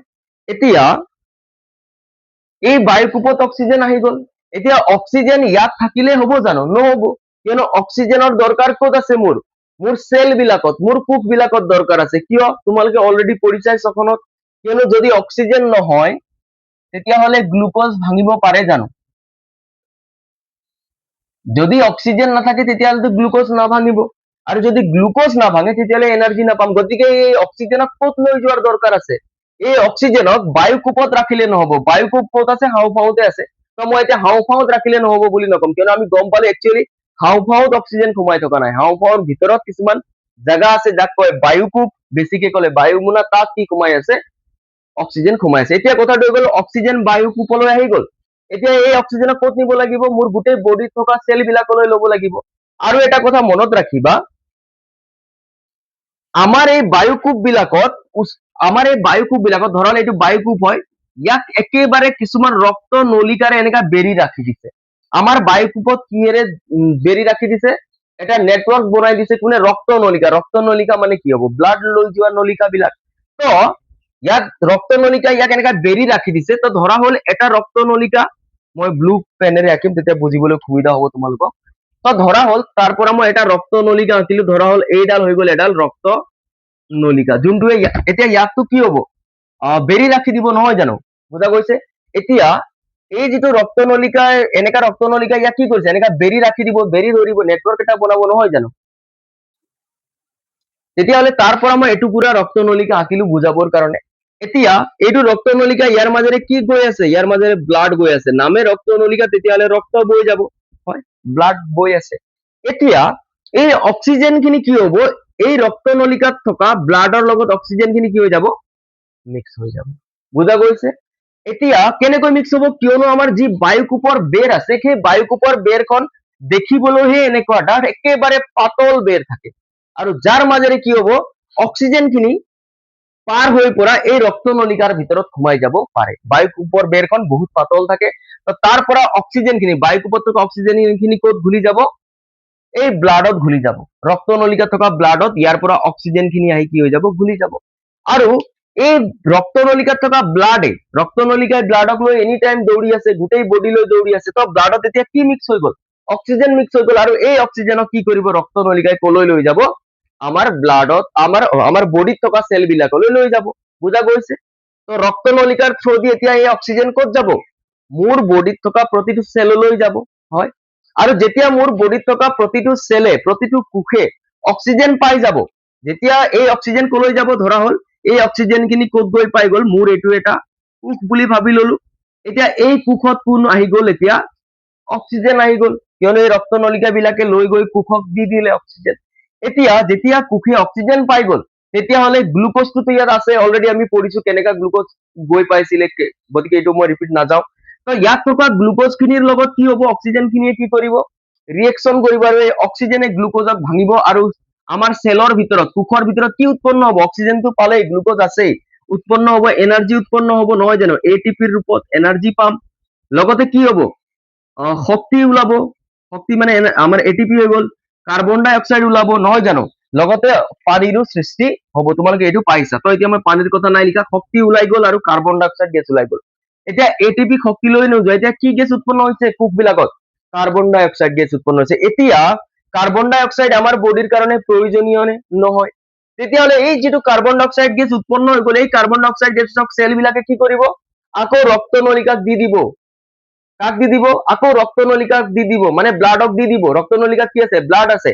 তো এই কাৰ্বন ডাই অক্সাইড যিটো আমাৰ বডিত প্ৰয়োজন নাই, আমাৰ কোষ বিলাকক প্ৰয়োজন নাই, ইয়াক কাক কলৈ দি দিয়া যায়, ৰক্ত নলিকাত দি দিয়া যায়, আৰু ৰক্ত নলিকাত কাৰ্বন ডাই অক্সাইড মিক্স হ'ব, আৰু ৰক্ত নলিকাই দি কি হ'ব, এগেইন আহিব, এতিয়া অক্সিজেনৰ কথা মই মুছিলো, অক্সিজেন গ'ল, এতিয়া ৰক্ত নলিকাত কি আছে, আমাৰ CO2 আছে, কি আছে এতিয়া, এইবাৰ O2 নাই, এইবাৰ ৰক্ত নলিকাই কি লৈ আহিছে, ব্লাডৰ লগত কি মিক্স কৰি লৈ আহিছে, CO2 মিক্স কৰি লৈ আহিছে, আৰু এই CO2 কি কৰিব, আমাৰ বায়ুকোপলৈ এৰি দিব, ক'ত আহি যাব, আমাৰ কাৰ্বন ডাই অক্সাইড ক'ত উৎপন্ন হ'ল, কাৰ্বন ডাই অক্সাইড চেলত উৎপন্ন হ'ল, কোষত উৎপন্ন হ'ল, কেনেকৈ উৎপন্ন হ'ল, গ্লুকোজ ভাঙোতে উৎপন্ন হ'ল, আৰু সেই কাৰ্বন ডাই অক্সাইড যিটো অপ্ৰয়োজনীয়, তাক ব্লাডে লৈ আহিলে, আৰু ব্লাডে লৈ আহি আকৌ ক'ত দি দিব, এইবাৰ কাৰ্বন ডাই অক্সাইড আমাৰ দি দিলে, ক'ত, বায়ুকোপত দি দিলে। তো অক্সিজেন বায়ুকোপৰ পৰাই আমাৰ ব্লাডলৈ গৈছিলে, কাৰ্বন ডাই অক্সাইড কি হ'ব, ব্লাডৰ পৰা আহি বায়ুকোপত সোমাই যাব, তেতিয়াহ'লে বায়ুকোপত এতিয়া কি আছে, কাৰ্বন ডাই অক্সাইড আছে। এতিয়া বায়ুকোপ মানে এইবিলাক ধেৰক বায়ুমোনা বুলি কয়। তো এতিয়া এই বায়ুকোপ বিলাকত কি আছে, কাৰ্বন ডাই অক্সাইড আছে, আৰু এই কাৰ্বন ডাই অক্সাইড কি হ'ব, বায়ুকোপৰ পৰা ক'ত যাব, ব্ৰংকাইলছলৈ যাব, ব্ৰংকাইলছৰ পৰা ব্ৰংকাই লৈ যাব, ব্ৰংকাইৰ পৰা শ্বাসনলীলৈ যাব, শ্বাসনলীৰ পৰা ফেৰিংছ গৈ পৰা আমাৰ নাকৰ পৰা বা বায়ুপথ নাসাৰন্ধ্ৰৰ পৰা আমি উলিয়াই দিওঁ। তেতিয়াহ'লে বুজা পালানে, আমি অক্সিজেন আৰু কাৰ্বন ডাই অক্সাইড গেছৰ আদান প্ৰদান কেনেকৈ হৈ আছে, বা আমাৰ উশাহ নিশাহ প্ৰচেছটো কেনেকা হৈ আছে। আমি অক্সিজেন ললো, বায়ুকোপৰ পৰা ব্লাডত মিক্স হৈ অক্সিজেন কোষলৈ গুচি গ'ল, কোষত গ্লুকোজ ভাঙিল, কাৰ্বন ডাই অক্সাইড বনিল, আৰু সেই কোষৰ পৰা কাৰ্বন ডাই অক্সাইডক ব্লাডে আনিলে, আনি পৰা বায়ুকোপত এৰি দিলে, বায়ুকোপে কি কৰিলে, তাৰ ওপৰৰ পাৰ্টত পঠাব লাগিব, কিয়নো নাকলৈকে আনিব লাগিব কাৰ্বন ডাই অক্সাইড। তো বায়ুকোপে পঠালে ব্ৰংকাইলছলৈ, ব্ৰংকাইলছৰ পৰা ব্ৰংকাইৰ পৰা শ্বাসনলী, গৈ লাষ্টত বায়ুপথ, আৰু আমি নাকৰ ফালে কি কৰি দিম, নিশাহত কাৰ্বন ডাই অক্সাইড গেছ এৰি দিওঁ। তেতিয়াহ'লে এতিয়া ইম্পৰ্টেণ্ট এটা কথা, আমাৰ গেছৰ আদান প্ৰদান কোনটো জেগাত হৈ আছে? গেছৰ আদান প্ৰদান হোৱা অংশৰ নাম কি বুলি কেতিয়াবা এক্সামত আহে। তো আমাৰ দেহত গেছৰ আদান প্ৰদান হোৱা অংশৰ নাম কি হয়? বায়ুকোপ হয়। অক্সিজেন গেছক ব্লাডলৈ দিয়া, ব্লাডৰ পৰা কাৰ্বন ডাই অক্সাইড গেছক লৈ যোৱা, এই গোটেই এক্সচেঞ্জ, গেছৰ আদান প্ৰদান কোনটো জেগাত হৈ আছে? এই বায়ুকোপতে হৈ থকা নাই জানো? সেইবাবে আমি গম পাব লাগিব যে গেছৰ আদান প্ৰদান কোনটো জেগাত হৈছে। গেছৰ আদান প্ৰদান হৈছে বায়ুকোপত। আশা কৰো তোমালোকে বুজি পাইছা। আৰু এইবিলাক বস্তু যিবিলাক মই নেকি ইয়াত 1, 2 কে লিখিছো, কিয় লিখিছো? কেতিয়াবা এক্সামত আহে, শুদ্ধ ক্ৰমত মই লিখিয়ে দিছো ন, অলপমান বুজাবলৈ ট্ৰাই কৰিছো। ধৰা হল বায়ুকোপ, মই বেছি নিলিখো, জাষ্ট কেইটামান বস্তু লিখিম। শ্বাসনলী, ব্ৰংকাই, বায়ুকোপ। ঠিক আছে, ভিডিঅ'টো অলপমান স্কিপ কৰিবও পাৰা, কিয়নো মই লিখি আছো যেতিয়া। মই কি ক'ব বিচাৰিছো বুজাই আছো। অপশ্যন এ, এইটো ধৰক অপশ্যন বি। শ্বাসনলী, বায়ুকোপ, ব্ৰংকাই, বায়ুকোপ দুবাৰ লিখিলো ন, নাখা, বায়ুপথ লিখি দিছো ইয়াত, বায়ুপথ, ব্ৰংকাই, বায়ুপথ। ধৰা হল অপশ্যন সি, বায়ুপথ, শ্বাসনলী,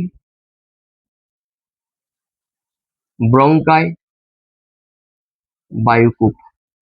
এতিয়া কেতিয়াবা কি হয় এক্সামত, তলত দিয়াৰ পৰা শুদ্ধ ক্ৰমটো বাছি লোৱা। আখৰ নুবুজিব পাৰে, মই অলপ জলদি লিখিলো, হলে কৈ দিছো। শুদ্ধ ক্ৰম বাছি লোৱা। তেতিয়াহ'লে শুদ্ধ ক্ৰম এইটো হ'ব জানো? 1 নম্বৰত কি আছে? বায়ুকোপ। বায়ুকোপত ষ্টাৰ্টিঙত বায়ু সোমাই নেকি? অক্সিজেন যায় নেকি? নাযায়।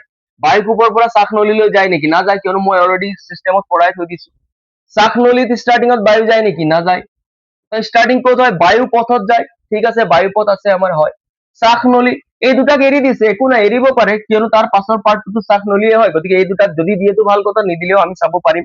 তো তাৰপিছত শ্বাসনলী ঠিকে আছে। তাৰপিছত ক'ত যাব? হয় ব্ৰংকাইলৈ যাব, তাৰপিছত লাষ্টত বায়ুকোপ। তেতিয়াহ'লে এই অপশ্যনটো কাৰেক্ট হ'ব। তো তোমালোকে বুজা পালা যে মই এইটো কিয় চিডিলত পঢ়াইছো, যে 1 নম্বৰত কি, 2 নম্বৰত কি, 3 নম্বৰত কি কিয় লিখাইছো, কিয়নো এনেকা চিষ্টেমত কুৱেশ্যন আহে। আৰু এটা ইম্পৰ্টেণ্ট বস্তু, তোমালোকে যদি এই হাওঁফাওঁখনৰ, এইটোতো হাওঁফাওঁ হৈ গম পালা, ইয়াৰ তলত এটা পাৰ্ট আছে যাক কয় মধ্য শ্ৰদ্ধা বুলি কয়। আৰু এই মধ্য শ্ৰদ্ধাৰ পৰা কেতিয়াবা এটা কুৱেশ্যন অহা দেখা যায়, যে মই ইয়াত প্ৰথমে পঢ়ি দিছো, তাৰপিছত বুজাই দিম।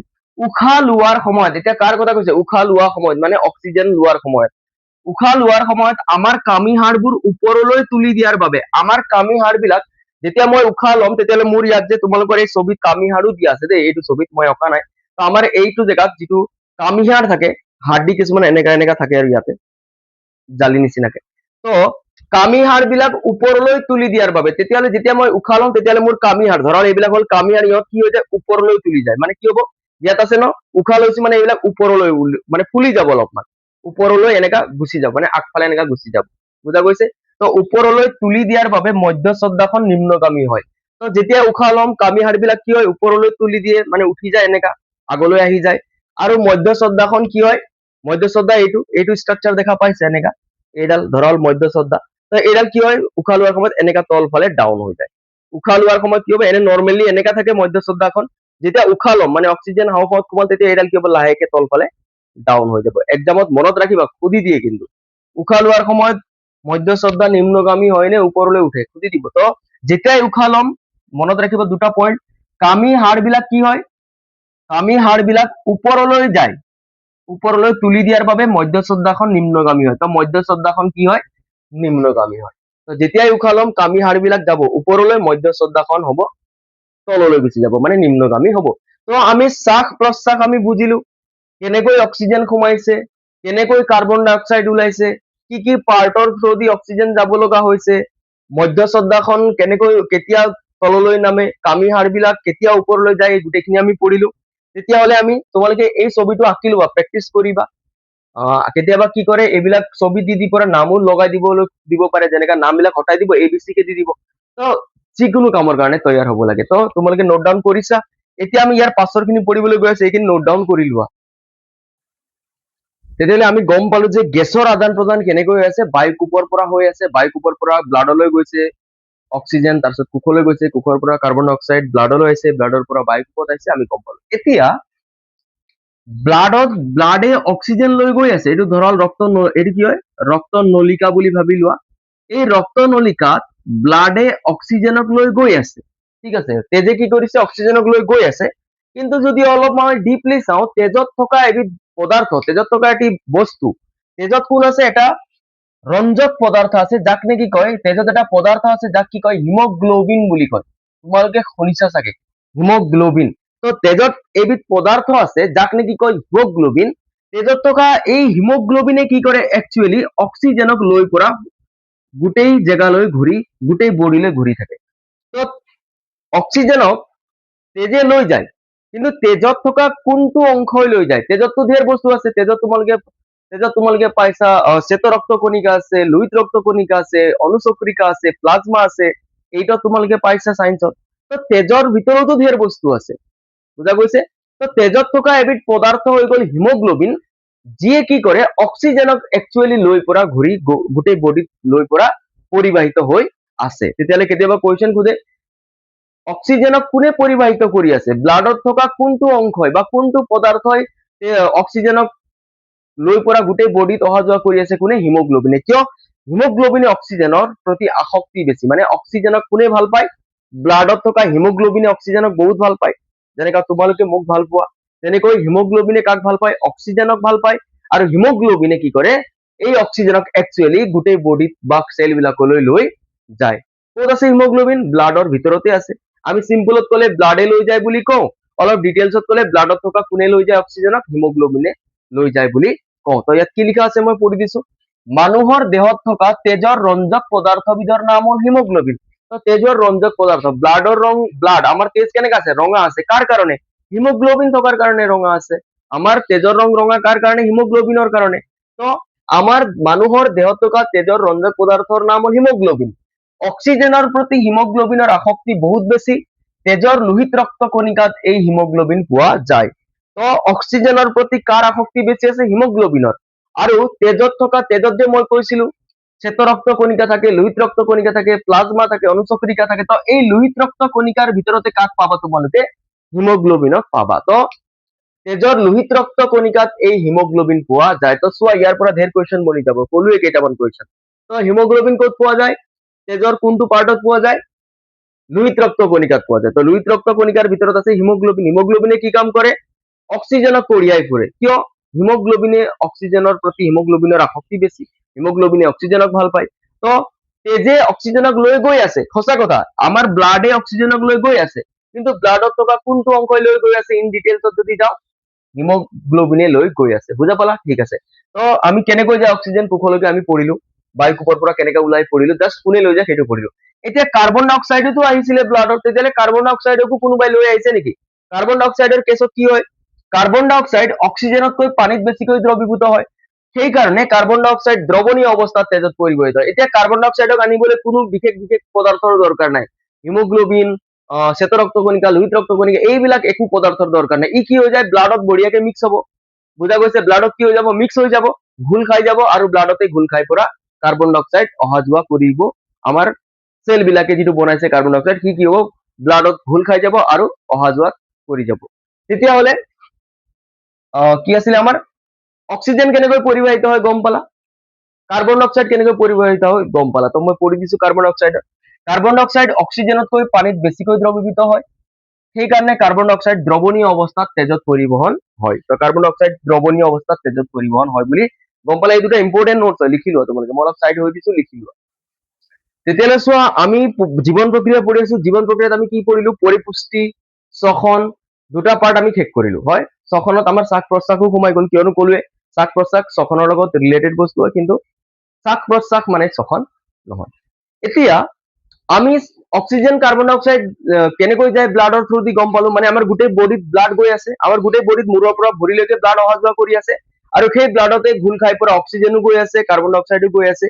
কিন্তু এতিয়া কথাটো হৈ গ'ল, আমাৰ হাওঁফাওঁৰ পৰা যিখিনি অক্সিজেনযুক্ত ব্লাড অক্সিজেন মিক্স হৈছে ব্লাডত, সেই মিক্স হোৱা ব্লাডটো গোটেই বডিত যাব লাগিব আৰু গোটেই বডিলৈ মানে তললৈ বা ওপৰলৈ যাব লাগিব। তো ডাইৰেক্ট এই নলীবিলাকে ডাইৰেক্ট নিজে নিজে লৈ যাব পাৰিব জানো? ইমান ওপৰলৈ বা তললৈ লৈ যোৱা সামৰ্থ্য আছে জানো নলীবিলাকৰ? ৰক্তনলিকা বিলাকে ডাইৰেক্ট নিজে নিজে লৈ যাব পাৰিব জানো? তাৰ আনসাৰ হৈ গ'ল নোৱাৰে। তো কাৰোবাৰ হেল্পৰ সহায়ত সেই নলিকাবিলাকে কি কৰে, ব্লাডক আমাৰ গোটেই বডিলৈ মূৰলৈকে বা ভৰিলৈকে লৈ যাব পাৰে। তো সেই বিশেষ অংগটোৰ নাম হ'ল, যিটোৱে কি কৰে ব্লাডক গোটেই বডিলৈ লৈ যোৱাত হেল্প কৰে, সেই অংগটোৰ নাম হৈ গ'ল হৃদযন্ত্ৰ বা হৃদপিণ্ড বুলি কোৱা হয়। তোমালোকে কিতাপত দেখিব পাইছাই, তোমালোকৰ পেজ নাম্বাৰ 106 ইয়াত তোমালোকে দেখা পাইছা এইডাল হৈ গ'ল আমাৰ কি হৃদপিণ্ড বা হৃদযন্ত্ৰ, যিয়ে কি কৰে এনেকা পাম্প কৰি থাকে, বুজা, স্পন্দন কৰি থাকে এনেকা। যেতিয়াই হৃদপিণ্ড বা হৃদযন্ত্ৰ স্পন্দন কৰে, পাম্প কৰে, তেতিয়া সেই যিটো ফৰ্চ জেনেৰেট হয় পাম্প কৰোঁতে, সেই ফৰ্চৰ সহায়ত ব্লাড খিনি কলৈ যায়, মোৰ মূৰলৈকে যায় বা মোৰ ভৰিলৈকে যায়। কিয় যায় আমি গম পালো, অক্সিজেন গোটেই বডিলৈ কিয় যাব লাগে, গ্লুকোজ ভাঙিবলৈ। কাৰ্বন ডাই অক্সাইড গোটেই বডিৰ পৰা কিয় আহিব লাগে, বাহিৰ ওলাবলৈ। তো কাৰ্বন ডাই অক্সাইড যাব ব্লাডৰ, কাৰ্বন ডাই অক্সাইড ব্লাডৰ থ্ৰু দি আহিব, অক্সিজেন ব্লাডৰ থ্ৰু দি যাব, মানে ব্লাডে কঢ়িয়াই ফুৰিব লাগে গোটেই বডিত। তো গোটেই বডিত এই নলীবিলাকে, ৰক্ত নলিকা বিলাকে যে ব্লাডক লৈ ফুৰি আছে, ব্লাডত থকা অক্সিজেন কাৰ্বন ডাই অক্সাইডক লৈ অহা যোৱা কৰি আছে, তো নলিকা বিলাকৰ লগত ইমান ফৰ্চ বা ইমান পাৱাৰ আছে নে যে একেবাৰে কি হ'ব, ওপৰলৈকে ব্লাডক উঠাই মূৰলৈকে লৈ যাব, তললৈকে লৈ যাব। তো অকল এই নলিকা বিলাকে বা এই ৰক্ত নলিকা বিলাকে সেই কামটো কৰিব নোৱাৰে। তো তাক কোনোবা এটা ফৰ্চ লগাব লাগিব, ফৰ্চ জেনেৰেট কৰিব লাগিব। তো কোনে ফৰ্চ জেনেৰেট কৰিব? তো সেই ফৰ্চ জেনেৰেট কৰাৰ বস্তুৰ নাম হৈ গ'ল হৃদযন্ত্ৰ। তো পৰিবহনত আমি পঢ়িম যে পৰিবহন মানেতো আমি গম পালোৱে যে কেনেকৈ বস্তুবিলাক, প্ৰয়োজনীয় বস্তু যেনে অক্সিজেন, অপ্ৰয়োজনীয় বস্তু যেনে কাৰ্বন ডাই অক্সাইড বা আন কিবা হ'ব পাৰে, তো সেইবিলাক পৰিবহন মানে সেইবিলাকৰ অনা নিয়া কৰা প্ৰচেছ। তো সেই পৰিবহনত হেল্পফুল, সেই পৰিবহনত বিশেষকৈ হেল্প কৰা এবিধ বস্তু, এবিধ অংগৰ নাম হৈ গ'ল হৃদযন্ত্ৰ। তো পৰিবহনত আমি বিশেষকৈ কাৰ বিষয়ে পঢ়িম, হৃদযন্ত্ৰৰ বিষয়ে পঢ়িম। যদি হৃদযন্ত্ৰই যদি পাম্প নকৰিলেহেঁতেন, তেতিয়াহ'লে অক্সিজেনো মোৰ কোষলৈ গৈ নাপালেহেঁতেন, আৰু যদি হৃদযন্ত্ৰই পাম্প নকৰিলেহেঁতেন, তেতিয়া কোষবিলাকত বনা কাৰ্বন ডাই অক্সাইডো ব্লাডে লৈ পৰা বাহিৰ ওলাবলৈ য'লৈকে লৈ যাব লাগে, মোৰ বায়ু পথলৈকে আহিব লাগে, তাৰলৈকে অহাত অসুবিধা হ'লহেঁতেন। তো হৃদযন্ত্ৰ ইম্পৰ্টেণ্ট হয়, আশা কৰিছো বুজা পাইছা। তো আমি পঢ়িম এতিয়া জীৱন প্ৰক্ৰিয়াৰ আমাৰ পৰিপুষ্টি ছখন, থাৰ্ড কি আছিলে, পৰিবহন পাৰ্ট। তো ইয়াৰ বিষয়ে অলপমান জানি লোৱা।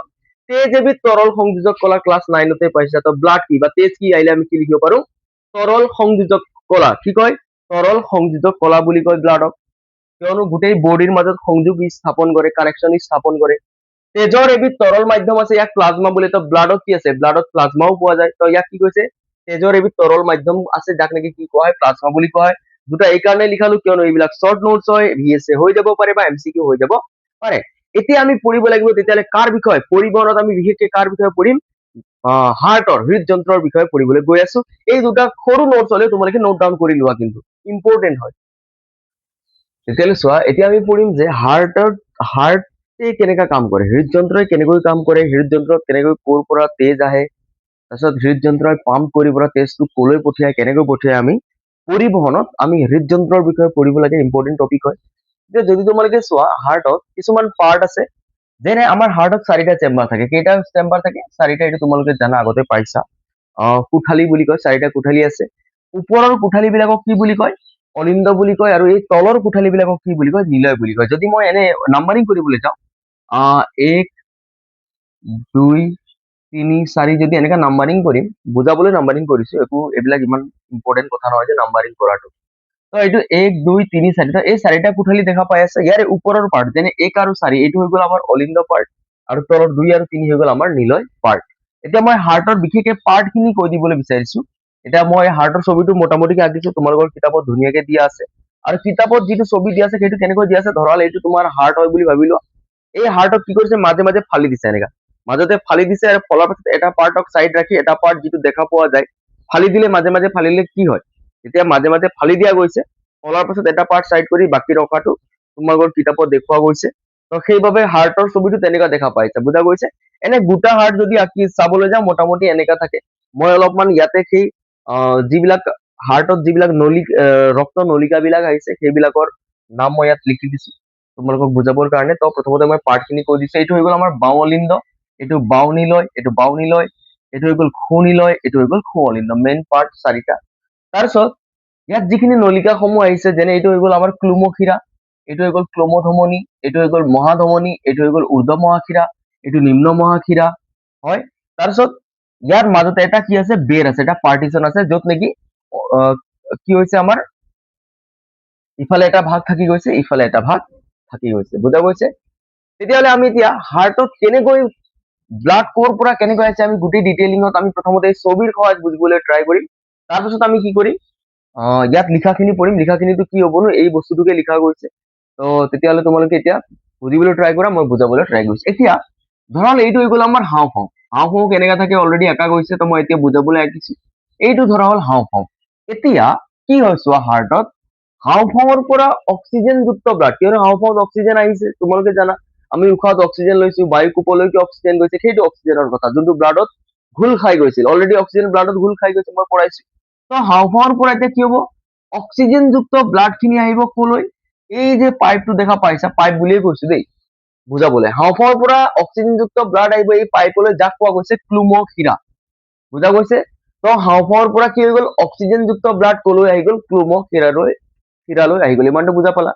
তেতিয়াহ'লে হাওঁফাওঁৰ পৰা অক্সিজেন থকা ব্লাড খিনি আহি গ'ল, আহি আহি আহি কলৈ আহি গ'ল, ক্লোমশিৰালৈ আহি গ'ল, আৰু এই ক্লোমশিৰাৰ পৰা এতিয়া অক্সিজেনযুক্ত ব্লাড সোমাই গ'ল ক'ত, আমাৰ হাওঁফাওঁত থকা বাওঁ অলিন্দলৈ, বুজা গৈছে। বাওঁ অলিন্দ, বাওঁ কোঠালীলৈ সোমাই গ'ল, বাওঁ অলিন্দলৈ সোমাই গ'ল। আৰু এটা কথা কৈছো, আমাৰ এইটো চাইডক যদি যেতিয়া তোমালোকে ভিডিঅ'টো চাইছে, এইটো ৰাইট চাইড বুলি ভাবি, ৰাইট চাইড নিচিনা লাগিব নহয় জানো, এইটো ৰাইট চাইড লাগিব, কিন্তু হাৰ্টৰ যেতিয়া ছবি অঁকা যায়, তেতিয়াহ'লে এই হাৰ্টটো ধৰা হ'ল মই ইয়াত আছো, এই হাৰ্টটো মোৰ আগফালে আনি চোৱা তোমালোকে, তেতিয়াহ'লে এই চাইডটো বাওঁ চাইডে হৈ যায়, সেইবাবে ইয়াক বাওঁ লিখা গৈছে। এনে ষ্টুডেণ্টৰ কনফিউজন থাকে যে আমি যেতিয়া লিখিম তেতিয়া এইটো ৰাইট চাইডত পৰে, কিয় বাওঁ অলিন্দ লিখা গ'ল, কিয় বাওঁ নিলয় লিখা গ'ল, কাৰণ হাৰ্টৰ ছবি আগতে তুমি নিজৰ বডিতে হাৰ্টক কল্পনা কৰিব লাগিব, তো এই চাইডটো কি পৰে তেতিয়া বাওঁ চাইডে পৰিব। তো অক্সিজেনযুক্ত ব্লাড আহি গ'ল হাওঁফাওঁৰ পৰা, ক্লোমশিৰাৰ সহায়ত আহি গ'ল আৰু বাওঁ অলিন্দত সোমাই গ'ল। এতিয়া যেতিয়া বাওঁ অলিন্দত এনে হাৰ্টটো আমাৰ পাম্প কৰি থাকে, এনেকা সংকোচন প্ৰসাৰণ হৈ আছে নহয় জানো, পাম্প কৰি আছে, কি হৈছে, হৃদস্পন্দন হৈ আছে, স্পন্দিত হৈ আছে, যি কোৱা আৰু পাম্প কৰি আছে এনেকা। তো বাওঁ অলিন্দ যেতিয়া সংকুচিত হ'ব, ইয়াত ব্লাড আহি গ'ল, ইয়াত অক্সিজেনযুক্ত ব্লাড আহি গ'ল, ব্লাড অহাৰ পাছত এই সংকুচিত হৈ পৰা এই ব্লাড খিনি তলত সোমাই যাব, তলত যিটো কোঠালি আছে তালৈ সোমাই যাব, যাক নেকি বাওঁ নিলয় বুলি কয়। তেতিয়াহ'লে ক্লোমশিৰাৰ সহায়ত বাওঁ অলিন্দত কেনেকৈ ব্লাড আহিল, কেনেকুৱা ব্লাড আহিল বাওঁ অলিন্দত, অক্সিজেনযুক্ত ব্লাড আহিল। ক'ৰ পৰা আহিল ক্লোমশিৰালৈ, হাওঁফাওঁৰ পৰা আহিল, হাওঁফাওঁৰ পৰা অক্সিজেনযুক্ত ব্লাড ক্লোমশিৰাৰ সহায়েৰে কলৈ আহি গ'ল, বাওঁ অলিন্দলৈ আহি গ'ল। এতিয়া বাওঁ অলিন্দ সংকুচিত হৈ, সংকুচন মানে কেনেকা, চেপা খাই পৰা, ইয়াৰ থকা ব্লাড খিনি কলৈ আহি গ'ল, তাৰ তলত থকা পাৰ্টলৈ আহি গ'ল অক্সিজেনযুক্ত ব্লাড, যাক নেকি কওঁ আমি বাওঁ নিলয় বুলি কওঁ, বুজা গৈছে। এতিয়া এই বাওঁ অলিন্দ আৰু বাওঁ নিলয়ৰ মাজত এই গেটটো দেখা পাইছে, ইয়াত কপাৰ থাকে, কি থাকে, কিছুমান ভাল্ব বা কপাৰ থাকে, কি থাকে এইখিনি জেগাত, অলিন্দ আৰু নিলয়ৰ মাজত কি থাকে, কপাৰ থাকে, যেনে এইটো বাওঁ অলিন্দ বাওঁ নিলয়, এইখিনি জেগাত কিছুমান ভাল্ব বা কপাৰ থাকে। তেনেকৈ সু অলিন্দ আৰু এইটো সু অলিন্দ, এইটো সু নিলয়, এইখিনি জেগাত কি থাকিব, কপাৰ থাকিব, যাক নেকি ইংলিছত ভাল্ব বুলি কয়, আছামিজত কপাৰ বুলি কয়। এতিয়া মই চিম্পলত ক'বলৈ গ'লে গেট বুলি ভাবি লোৱা, তো ইয়াতে এটা কি আছে, গেট আছে, বাওঁ অলিন্দ আৰু বাওঁ নিলয়ৰ মাজতো গেট এটা আছে, সু অলিন্দ আৰু সু নিলয়ৰ মাজতো ইয়াতে গেট এটা আছে। তো যেতিয়া বাওঁ অলিন্দ সংকুচিত হ'ব, তেতিয়াহ'লে এই গেটটো খোল খাব, এই গেটটো খোল খাই ইয়াৰ পৰা ব্লাড কলৈ আহি যাব, আমাৰ বাওঁ নিলয়লৈ আহি যাব, হয়। এতিয়া বাওঁ নিলয়টো যেতিয়া সংকুচিত হ'ব, হাৰ্টটো এনেকা বিট কৰিব, সংকুচিত হ'ব, বাওঁ নিলয়ত চেপা খাই পৰা কি হ'ব, এতিয়া বাওঁ নিলয়ত ব্লাড আহি গ'ল, এতিয়া যেতিয়া চেপা খাব, এই ব্লাড খিনি কৰবাত যাব বিচাৰিব। এটা কথা মন কৰিবা, এই কপাৰটোৰ পৰা যেতিয়া ব্লাডটো তললৈ আহি গ'ল, এই কপাৰটো বন্ধ হৈ যাব, এতিয়া চেপা খালে আকৌ এই ব্লাডক ওপৰলৈ যোৱাত কি দিয়ে, বাধা দিয়ে, কপাৰ্ট খিনিয়ে একমুখী হবলৈ দিয়ে, ব্লাড খিনিক তললৈহে আহিব দিয়ে, বোলে এনেকা চেপা খালে আকৌ এই গেটটো খুলি ওপৰলৈ ব্লাড যাব, এনেকা হ'ব নোৱাৰে। ব্লাড অহাৰ পাছত যেতিয়া ইয়াত চেপা খাব, এই কপাৰটো কি হৈ যাব, এই ভাল্বটো কি হৈ যাব, বন্ধ হৈ যাব, যাৰ কাৰণে এইটো চেপা খালে, এই বাওঁ নিলয়টো যেতিয়া চেপা খাব, মানে সংকুচিত হৈ গ'ল, এনেকা হাৰ্টবিটত এনেকা হাৰ্টটো পাম্প কৰিবলৈ চেপা খালে এনেকা হয় ন, তেতিয়াহ'লে বাওঁ নিলয়টো যেতিয়া সংকুচিত হ'ব, ইয়াৰ পৰা ব্লাড ওপৰলৈ উঠি যাব নোৱাৰে, বুজা গৈছে। আমাৰ এই কপাৰটোৰ চিষ্টেম তেনেকাই থাকে। তো ইয়াৰ পৰা এতিয়া সংকুচিত হ'লে এই ব্লাড খিনি কৰবাত যাব লাগিব, এই যিটো নলিকা দেখা পাইছা, পাইপ এডাল দেখা পাইছা, এই পাইপডাল হৈছে মহাধমনী, ইয়াত এটা টুকুৰা ওপৰত আঁকি দিছো, মাজৰ খিনি মই দেখুওৱা নাই, এই মহাধমনীৰে এটা অংশ হৈ গ'ল এইটো, এইটো হৈছে ধৰা হ'ল আগ অংশ, এইটো তাৰ পিছৰ চাইড। তো এই ব্লাড খিনি এতিয়া ক'ত সোমাব, বাওঁ নিলয়ৰ পৰা মহাধমনীত সোমাব, আৰু এই মহাধমনী পাইপৰ থ্ৰুদি ক'ত যাব মোৰ গোটেই বডিলৈ গুচি যাব বুজা গৈছে তো মোৰ গোটেই বডিলৈ কনচাৱালা ব্লাড গৈছে কিয়নো বাওঁ সাইডত আমাৰ কনচাৱালা ব্লাড থাকে অক্সিজেন যুক্ত ব্লাড থাকে আমাৰ হাৰ্টৰ হৃদযন্ত্ৰৰ বাওঁ সাইডত কেনেকা ব্লাড থাকে অক্সিজেন যুক্ত ব্লাড থাকে তো আকৌ যদি মই ৰিপিট কৰো হাওঁফাওঁৰ পৰা অক্সিজেন যুক্ত ব্লাড আহিল ক্লোমোখিৰালৈ ক্লোমোখিৰাৰ পৰা আহি গ'ল বাওঁ অলিন্দৰ পৰা কলৈ গ'ল বাওনিলয়লৈ গ'ল কপাট আছে মাজত এই কপাটডালৰ কথা ক'লে বাওনিলয়ৰ পৰা ক'ত যাব এতিয়া মহাধমনীৰ সহায়ত মোৰ গোটেই শৰীৰলৈ কেনেকা ব্লাড গুচি গ'ল অক্সিজেন যুক্ত ব্লাড গুচি গ'ল মোৰ শৰীৰলৈ অক্সিজেন যুক্ত ব্লাড গুচি গ'ল মানে মোৰ শৰীৰত থকা প্ৰতিটো কোষলৈ অক্সিজেন যুক্ত ব্লাড গুচি গ'ল আৰু কোষসমূহে অক্সিজেন পালে গ্লুকোজ ভাঙিলে আৰু কি বনিলে কাৰ্বন ডাই অক্সাইড গেছ বনাব বুজা গৈছে ইমানটো বুজা গ'ল এতিয়া মোৰ বডিত যেতিয়া অক্সিজেন যুক্ত ব্লাড গ'ল মানে মোৰ বডিত যেতিয়া কাৰ্বন ডাই অক্সাইড প্ৰডিউস হ'বলৈ ধৰিলে গ্লুকোজ ভাঙিবলৈ ধৰিলে তো যেতিয়া গ্লুকোজ ভাঙিছে কাৰ্বন ডাই অক্সাইড গেছ উৎপন্ন হ'ব এতিয়া কি হ'ব এতিয়া আমি আহি যাওঁ সোঁফালৰ পাৰ্টলৈ আহি যাওঁ তোমালোকে দেখা পাইছা ইয়াত ঊৰ্ধ্ব মহাশিৰা আৰু নিম্ন মহাশিৰা এই দুডাল পাইপ এই দুডাল নলীৰ কথা চোৱা এতিয়া ঊৰ্ধ্ব মহাশিৰা আৰু নিম্ন মহাশিৰাই কি কৰে ঊৰ্ধ্ব মহাশিৰাই মোৰ বডিৰ আপাৰ পাৰ্টৰ পৰা আৰু নিম্ন মহাশিৰাই মোৰ বডিৰ লোৱাৰ পাৰ্টৰ পৰা অক্সিজেন বিহীন ব্লাড লৈ আহে এতিয়া অক্সিজেন বিহীন মানে তোমালোকে ভাবিব পৰা কাৰ্বন ডাই অক্সাইড যুক্ত ব্লাড তো ঊৰ্ধ্ব মহাশিৰা আৰু নিম্ন মহাশিৰাই মোৰ বডিৰ ঊৰ্ধ্ব মহাশিৰাই ওপৰ পাৰ্টৰ পৰা বডিৰ নিম্ন মহাশিৰাই বডিৰ তলৰ পাৰ্টৰ পৰা কাৰ্বন ডাই অক্সাইড যুক্ত ব্লাড লৈ আহি পৰা এইটো কোঠালিত ভৰাই দিব ব্লাড লৈ আহিলে কেনেকুৱা অক্সিজেন বিহীন ব্লাড লৈ আহিলে আৰু ভৰাই দিলে এই কোঠালিটো যাক নেকি কৈছে সু অলিন্দ বুজা গৈছে সু অলিন্দলৈ এতিয়া কেনেকা ব্লাড আহি গ'ল কাৰ্বন ডাই অক্সাইড যুক্ত ব্লাড আহি গ'ল বা অক্সিজেন বিহীন ব্লাড আহি গ'ল ক'ৰ পৰা আহিলে আমাৰ অক্সিজেন যুক্ত ব্লাড মহাধমনীৰ সহায়ত গোটেই বডিত গৈছিলে আৰু বডিত থকা সেল বিলাকত অক্সিজেনৰ সহায়ত গ্লুকোজ ভঙা গ'ল তাত উৎপন্ন হোৱা কাৰ্বন ডাই অক্সাইড ব্লাডে লৈ আহিলে ব্লাডে লৈ আহিছে আৰু কোনে হেল্প কৰিছে লৈ ঊৰ্ধ্ব মহাশিৰা আৰু নিম্ন মহাশিৰা তো ঊৰ্ধ্ব মহাশিৰা আৰু নিম্ন মহাশিৰাই সু অলিন্দলৈ আনিলে ব্লাড কেনেকা ব্লাড আহিছে এতিয়া অক্সিজেন বিহীন মানে কাৰ্বন ডাই অক্সাইড যুক্ত ক'ব পাৰো আমি কি কেনেকা ব্লাড কাৰ্বন ডাই অক্সাইড যুক্ত ব্লাড আহিলে তো ইয়াত ব্লাড আহি গ'ল এতিয়া এই সু অলিন্দ সংকোচন হৈ যাব সংকোচন হৈ পৰা ইয়াত থকা ব্লাড খিনি তলৰ কোঠালি আহি যাব আকৌ ইয়াত কপাট আছে এই কপাট বা গেট বুলি ক'লো মই এই গেটটো খোল খাব ইয়াত থকা ব্লাড খিনি কলৈ আহিব তাৰ তলত থকা পাৰ্টলৈ আহি যাব যাক নেকি কৈছে খুনিলয় তো সু অলিন্দলৈ কাৰ্বন ডাই অক্সাইড যুক্ত ব্লাড আহিলে তাৰ পাছত সংকুচিত সু অলিন্দ সংকুচিত হৈ তাত থকা কাৰ্বন ডাই অক্সাইড যুক্ত ব্লাড বা অক্সিজেন বিহীন ব্লাড কলৈ আহিব খুনিলয়লৈ আহিব আৰু যেতিয়া খুনিলয় সংকুচিত হ'ব তেতিয়া আকৌ তেজটো ওপৰত যাব নোৱাৰে কপাটে যাবলৈ নিদিব ওপৰলৈ উঠি তো যেতিয়া এই খুনিলয়টো সংকুচিত হ'ব তেতিয়া ব্লাড কি হ'ব এই নলীডাল দেখা পাইছা এই পাইপডাল দেখা পাইছা এইডালে হৈছে এইডাল পাইপ যোনটো আগ অংশ ইয়াত আছে পিছ অংশ ইয়াত আছে বুলি ভাবি লোৱা তো এইডাল হৈ গ'ল ক্লুমধমনী এই পাইপডালৰ নাম কি ইয়াত যে অলপমান দেখাই দিছো এইটো হৈ গ'ল ক্লুমধমনী যেতিয়া খুনিলয় চেপা খাব ব্লাড খিনি ক'ত সোমাব ক্লুমধমনীত সোমাব আৰু ক্লুমধমনীৰ সহায়ত ব্লাড খিনি ওলাই যাব কেনেকুৱা ব্লাড অক্সিজেন বিহীন ব্লাড বা কাৰ্বন ডাই অক্সাইড যুক্ত ব্লাড তো এই ব্লাড খিনি কলৈ ওলাব ক্লুমধমনীৰ সহায়ত ওলাব আৰু ক'ত গুচি যাব হাওঁফাওঁত গুচি যাব কেনেকুৱা ব্লাড কাৰ্বন ডাই অক্সাইড যুক্ত ব্লাড আৰু জানাই কাৰ্বন ডাই অক্সাইড যুক্ত ব্লাড হাওঁফাওঁলৈ গ'ল মানে ক'ত গ'ল বায়ুকোপৰ ওচৰ পালে আৰু বায়ুকোপে কি কৰিব কাৰ্বন ডাই অক্সাইডক ৰাখি দিব আকৌ অক্সিজেন ভৰাই দিব মানে তেজ খিনি কি হৈ গ'ল পৰিশোধন হৈ গ'ল বা ফিল্টাৰ হৈ গ'ল কিয়নো হাওঁফাওঁত যেতিয়া কাৰ্বন ডাই অক্সাইড যুক্ত ব্লাড যাব হাওঁফাওঁত থকা বায়ুকোপ বিলাকে কি কৰিব ব্লাডৰ পৰা কাৰ্বন ডাই অক্সাইডক তাত থৈ দিব ব্লাডে কি কৰিব কাৰ্বন ডাই অক্সাইডক বায়ুকোপত এৰি দিব আৰু ব্লাড খিনি আকৌ কি কৰিব অক্সিজেন তাত এড হৈ যাব মানে কাৰ্বন ডাই অক্সাইড যুক্ত তেজ তাৰ পৰা কাৰ্বন ডাই অক্সাইড ওলাই গ'ল মানে কি হৈ গ'ল তেজখিনি ফিল্টাৰ হৈ গ'ল তাত থকা অশুদ্ধ বা লেতেৰা বস্তুখিনি কি হৈ গ'ল ওলাই গ'ল বুজা পাইছা তো আমাৰ হাৰ্টে এনেকৈ কাম কৰে তো এইটো তোমালোকে বুজা পাইছা চাগে এতিয়া মই ইয়াত বুজাই দিলো যে কি হৈছে আৰু এটা কথা এই যে বেৰ দেখা পাইছা এইটো পাৰ্টৰ বেৰ অলপ পাতল আছে এই মাজত যেটা পাৰ্টিশন বেৰ আছে এইটো নীলা কালাৰ কৰিছো অলিন্দৰ মাজতো এটা বেৰ আছে অলিন্দৰ মাজতো বেৰ আছে আৰু নীলয়ৰ মাজতো বেৰ আছে বুজা গৈছে তোমালোকে যদি ভালকে চোৱা এই হাৰ্টৰ ডায়াগ্ৰাম তেতিয়াহ'লে এইখিনিত এই দুটা কোঠালিৰ নাম কি অলিন্দ হয় বাওঁ সু এটোতো বাৰু সোঁফালে বাওঁফালে থকাৰ কাৰণে সু অলিন্দ বা অলিন্দ দিছে কিন্তু যদি তোমালোকে ভালকে চোৱা অলিন্দৰ মাজতো এইডাল বেৰ আছে আৰু নীলয়ৰ মাজতো বেৰ আছে এতিয়া যদি মই সুধো সেই দুটা অলিন্দৰ মাজত থকা বেৰ আৰু নীলয়ৰ মাজত থকা বেৰৰ মাজত কিবা ডিফাৰেন্স তোমালোকে দেখা পাইছা নেকি বুলি যদি মই সুধো তেতিয়াহ'লে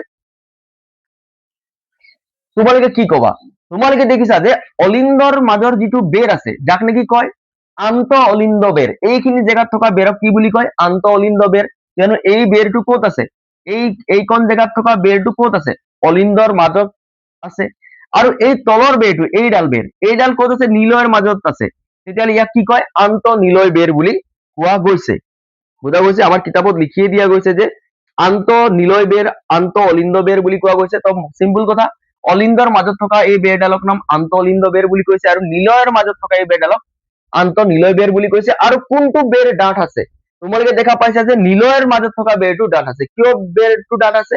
আমাৰ কিতাপত লিখা মতে কি কৈছে, মই লাইনটো পঢ়ি দিছো। নিলয়ৰ পৰা তেজ দেহৰ বিভিন্ন অংগলৈ পৰিবহন কৰিব লগা হোৱাৰ কাৰণে আমাৰ গোটেই বডিলৈ একচুৱেলি ব্লাড কোনটো অংশৰ পৰা গৈছে, বোলে আমাৰ ক্লুম ধমনীৰ পৰাই যাওক বা মহাধমনীৰ পৰাই ব্লাড যাওক, কোনটো অংশত অহাৰ পাছত গৈছে, নিলয় পাৰ্টত অহাৰ পৰা গৈছে, নিলয়ৰ পৰাহে মহাধমনীৰ সহায়ত ব্লাড ওলাই গৈছে, বাও নিলয়ৰ পৰা মহাধমনীৰ সহায়ত ব্লাড ওলাই গৈছে, সুনিলয়ৰ পৰা ক্লুমধমনীৰ সহায়ত ব্লাড ওলাই গৈছে। মানে নিলয় পাৰ্টত ব্লাড আহি কি হৈছে, বডিলৈ গুচি গৈছে। মানে ব্লাড যোৱাৰ মেইন জাগাটো হৈছে নিলয়। তো নিলয়ত বেছি প্ৰেছাৰ পৰে, সেইবাবে কি কৰা গৈছে, নিলয়ৰ বেৰখন ডাঠ আছে আৰু অলিন্দৰ বেৰখন কি আছে, অলপ পাতল আছে। কিয়নো বেছি প্ৰেছাৰ কোনে পায়, নিলয় পায় নে অলিন্দই পায়? অবভিয়াছলি নিলয় পায়, কিয়নো হাৰ্ট বিট হওঁতে ইয়াত বেছিকে প্ৰেছাৰ পৰে। যেতিয়া হাৰ্ট বিট হয় ন, নিলয়ত বেছিকে প্ৰেছাৰ পৰে, কিয় নিলয়ৰ পৰা গোটেই বডিলৈ ব্লাড খিনি যাব লগা হৈ যায়। বুজা গৈছে? তেতিয়াহ'লে ইয়াত লিখা মই পঢ়ি দিছো যে এইটো আন্ত অলিন্দ বেৰতকৈ আন্ত নিলয় বেৰখন কিয় ডাঠ থাকে, কেতিয়াবা সুধি দিব পাৰে। তো মই পঢ়ি দিছো, নোট ডাউন কৰিবা। নিলয়ৰ পৰা তেজ দেহৰ বিভিন্ন অংগলৈ পৰিবহন কৰিব লগা হোৱাৰ কাৰণে আন্তঃনিলয় বেৰখন আন্ত অলিন্দৰ বেৰখনতকৈ যথেষ্ট ডাঠ হয়। তো দেখা পাইছাই, আন্ত অলিন্দ বেৰতকৈ আন্তঃনিলয় বেৰখন ডাঠ আছে। এতিয়া মই ইয়াত কি ঘটনা ঘটিল, মই আন্ত অলিন্দ নিলয় বেৰৰ কথাও কলো, কপাটৰ কথাও কলো, হয় ভাল্ব বুলি কয়, নাম থাকে দেই, ট্ৰাইকাস্পিড ভাল্ব, বাইকাস্পিড ভাল্ব বুলি কয়, আমাৰ চিলেবাছত নাম দিয়া নাই, মানে কপাট বিলাকৰো নাম থাকে, এতিয়া নালাগে পঢ়িবলৈ। তো এতিয়া কি হৈছে, ইয়াত মই বুজালো, এতিয়া মই ইয়াত পঢ়ি দিছো। হাওঁফাওঁৰ পৰা অক্সিজেনযুক্ত তেজ আহি হৃদযন্ত্ৰৰ পূৰ্বদেশীয় অংশত থকা বাওঁ কোঠালিত আহি পৰেহি, ইয়াক বাওঁ অলিন্দ বোলে। কলোৱে হাওঁফাওঁৰ পৰা কেনেকা তেজ আহে, অক্সিজেনযুক্ত তেজ আহি ক'ত আহি পৰে, প্ৰথমতে বাওঁ অলিন্দত আহি পৰে। কাৰ সহায়ত আহিছে, ক্লুমশিৰাৰ সহায়ত আহিছে। বাওঁ অলিন্দ সংকুচিত হৈ তাত থকা তেজ ইয়াৰ পশ্চাৎ অংশত থকা কোঠালি বাওঁ নিলয়ত প্ৰৱেশ কৰে। যেতিয়া বাওঁ অলিন্দ সংকুচিত হ'ব, ইয়াৰ পাছৰ কোঠালি বাওঁ নিলয়ত সেই তেজখিনি সোমাই যাব। কেনেকা তেজ, অক্সিজেনযুক্ত তেজ। ইয়াৰ সংকোচন ঘটি ইয়াৰ পৰা অক্সিজেনযুক্ত তেজ মহাধমনীৰ সহায়ত দেহৰ সকলো অংশলৈ যায়। যেতিয়া বাওঁ নিলয় সংকুচিত হ'ব, এই যিটো নলী আছে, ইয়াৰ নাম কি হয়, মহাধমনী। আৰু এই মহাধমনীৰ সহায়ত কলৈ যাব, দেহৰ সকলো অংশলৈ যায়, মানে আমাৰ প্ৰতিটো চেললৈ যায়, আমাৰ কোষবিলাকলৈ যায়। বুজা গৈছে? ঠিক আছে। এতিয়া থাৰ্ডত, ঊৰ্ধ্ব মহাশিৰা আৰু নিম্ন মহাশিৰাৰ সহায়ত দেহৰ বিভিন্ন অংশৰ পৰা অক্সিজেনবিহীন তেজ সু অলিন্দত প্ৰৱেশ কৰে। ঊৰ্ধ্ব মহাশিৰা আৰু নিম্ন মহাশিৰাই কি কৰে, অক্সিজেনবিহীন তেজ লৈ আহে। ক'ৰ পৰা লৈ আহে, বডিৰ আপাৰ পাৰ্টৰ পৰা ঊৰ্ধ্ব মহাশিৰাই লৈ আহে, বডিৰ লোৱাৰ পাৰ্টৰ পৰা নিম্ন মহাশিৰাই লৈ আহে অক্সিজেনবিহীন তেজ, আনি পৰা ক'ত এৰি দিয়ে, সু অলিন্দত এৰি দিয়ে। সেইটোৱে কোৱা গৈছে। দেহৰ বিভিন্ন অংশৰ পৰা অক্সিজেনবিহীন তেজ সু অলিন্দত প্ৰৱেশ কৰে। ইয়াৰ সংকোচনৰ ফলত তেজ সুনিলয়ত প্ৰৱেশ কৰে। এতিয়া ইয়াৰ সংকোচন হৈ ইয়াৰ পৰা ব্লাড কলৈ আহিব, তলৰ জেগাত য'ত নেকি কি কৈছো, সুনিলয় কৈছো, সুনিলয়ত প্ৰৱেশ কৰে। সুনিলয়ৰ সংকোচনৰ ফলত এই অক্সিজেনবিহীন তেজ ক্লুমধমনীৰ সহায়ত হাওঁফাওঁলৈ যায়। যেতিয়া সুনিলয় সংকুচিত হয়, এই নলীডালৰ নাম কি হয়, ক্লুমধমনী। এই ক্লুমধমনীৰ সহায়ত, এইডাল মই এনেকে আঁকি দিলো এইবাৰ, এই ক্লুমধমনীৰ সহায়ত অক্সিজেনবিহীন তেজখিনি কলৈ গৈছে, সুনিলয়ত সংকোচনৰ ফলত এই অক্সিজেনবিহীন তেজ ক্লুমধমনীৰ সহায়ত হাওঁফাওঁলৈ যায়। তো ইয়াৰ পৰা ব্লাড ওলাই কলৈ গুচি যায়, হাওঁফাওঁলৈ যায়। আৰু হাওঁফাওঁত লৈ যায় য'ত এই তেজৰ শোধন হয়। য'ত এই তেজৰ শোধন হয় মানে কি হয়, তাত থকা কাৰ্বন ডাই অক্সাইড খিনিক ওলাই দিয়া যায়। তো হাৰ্টত কেনেকৈ তেজৰ পৰিবহন হয় বুলি আহিলে তোমালোকে এই নোটছটো লিখি দিব পাৰা, বা এইটো যদি এই নোটছ যদি লিখিব নালাগে, মই বুজোৱাটো বুজি পাইছা, সেই বস্তুখিনিকে তোমালোকে নিজৰ অলপ মানে ভাল ভাষা ব্যৱহাৰ কৰিও লিখিব পাৰা। তেতিয়াহ'লে হৃদযন্ত্ৰত তেজৰ পৰিবহন কেনেকৈ, কিয়নো আমি পৰিবহন পাৰ্ট পঢ়ি আছো জীৱন প্ৰক্ৰিয়াৰ। পৰিবহনৰ পাছত আমাৰ লাষ্ট পাৰ্ট হ'ব ৰেচন ন। তো পৰিবহন পাৰ্টত আমি আজি হৃদযন্ত্ৰৰ মাজেৰে কেনেকৈ ব্লাড যায়, কপাৰ থাকে, কি হয়, মহাধমনীৰ সহায়ত অক্সিজেনযুক্ত ব্লাড গৈ আছে, তেনেকা আমি যিখিনি বস্তু লাগে আমি সেইখিনি পঢ়িলো। বুজা গৈছে? তো হাৰ্টে কি কাম কৰে, গোটেই শৰীৰত তেজৰ পৰিবহন হোৱাত হেল্প কৰে। কি কৰে, তেজৰ পৰিবহন, আমাৰ গোটেই বডিত তেজ যাব পাৰে, তাৰ কাৰণে হাৰ্টে কি কৰে, আমাক কাৰ্য কৰি গৈ আছে, যাৰ কাৰণে আমাৰ গোটেই বডিত তেজখিনি পাই আছে, কিন্তু হাৰ্টে পাম্প কৰোতে এটা ফ'ৰ্চ পায়, আৰু ফ'ৰ্চৰ সহায়ত ব্লাড খিনি মোৰ গোটেই বডিলৈ গুচি যায়। হয়, লগতে হাৰ্টে কি কাম কৰিছে, অক্সিজেনযুক্ত ব্লাড আৰু কাৰ্বন ডাই অক্সাইডযুক্ত ব্লাডক কি কৰিছে, পৃথক কৰি ৰাখিছে। অক্সিজেনযুক্ত ব্লাড এক চাইডে আছে, কাৰ্বন ডাই অক্সাইড যুক্ত ব্লাড এক চাইডে আছে, বুজা গৈছে। তো আমি হাৰ্টৰ বিষয়ে আজি ইমানেই পঢ়িলো। এতিয়া আমি নেক্সট পাৰ্টত বাকী যিখিনি ৰৈ গৈছে, বিশেষকৈ পৰিবহনৰ অলপমান আৰু আছে, বাকী ৰেচন তাৰপিছত আমি পঢ়ি পৰা শেষ কৰিম। তো আজিৰ ভিডিঅ'টো ইমানতে শেষ কৰিলো। বাকী যদি তোমালোকে ভিডিঅ' পাইছা, লগৰীয়াবিলাকক শ্বেয়াৰ কৰিবা, হয়, আৰু ইয়াত থকা নোটছ খিনি পঢ়িবা, আৰু যদি কিবা বুজা নাই কমেন্ট কৰিবা। তো আজিৰ ভিডিঅ' ইমানতে শেষ কৰিছো। সকলোকে ধন্যবাদ থাকে, এইবিলাক নোট ডাউন কৰি লোৱা।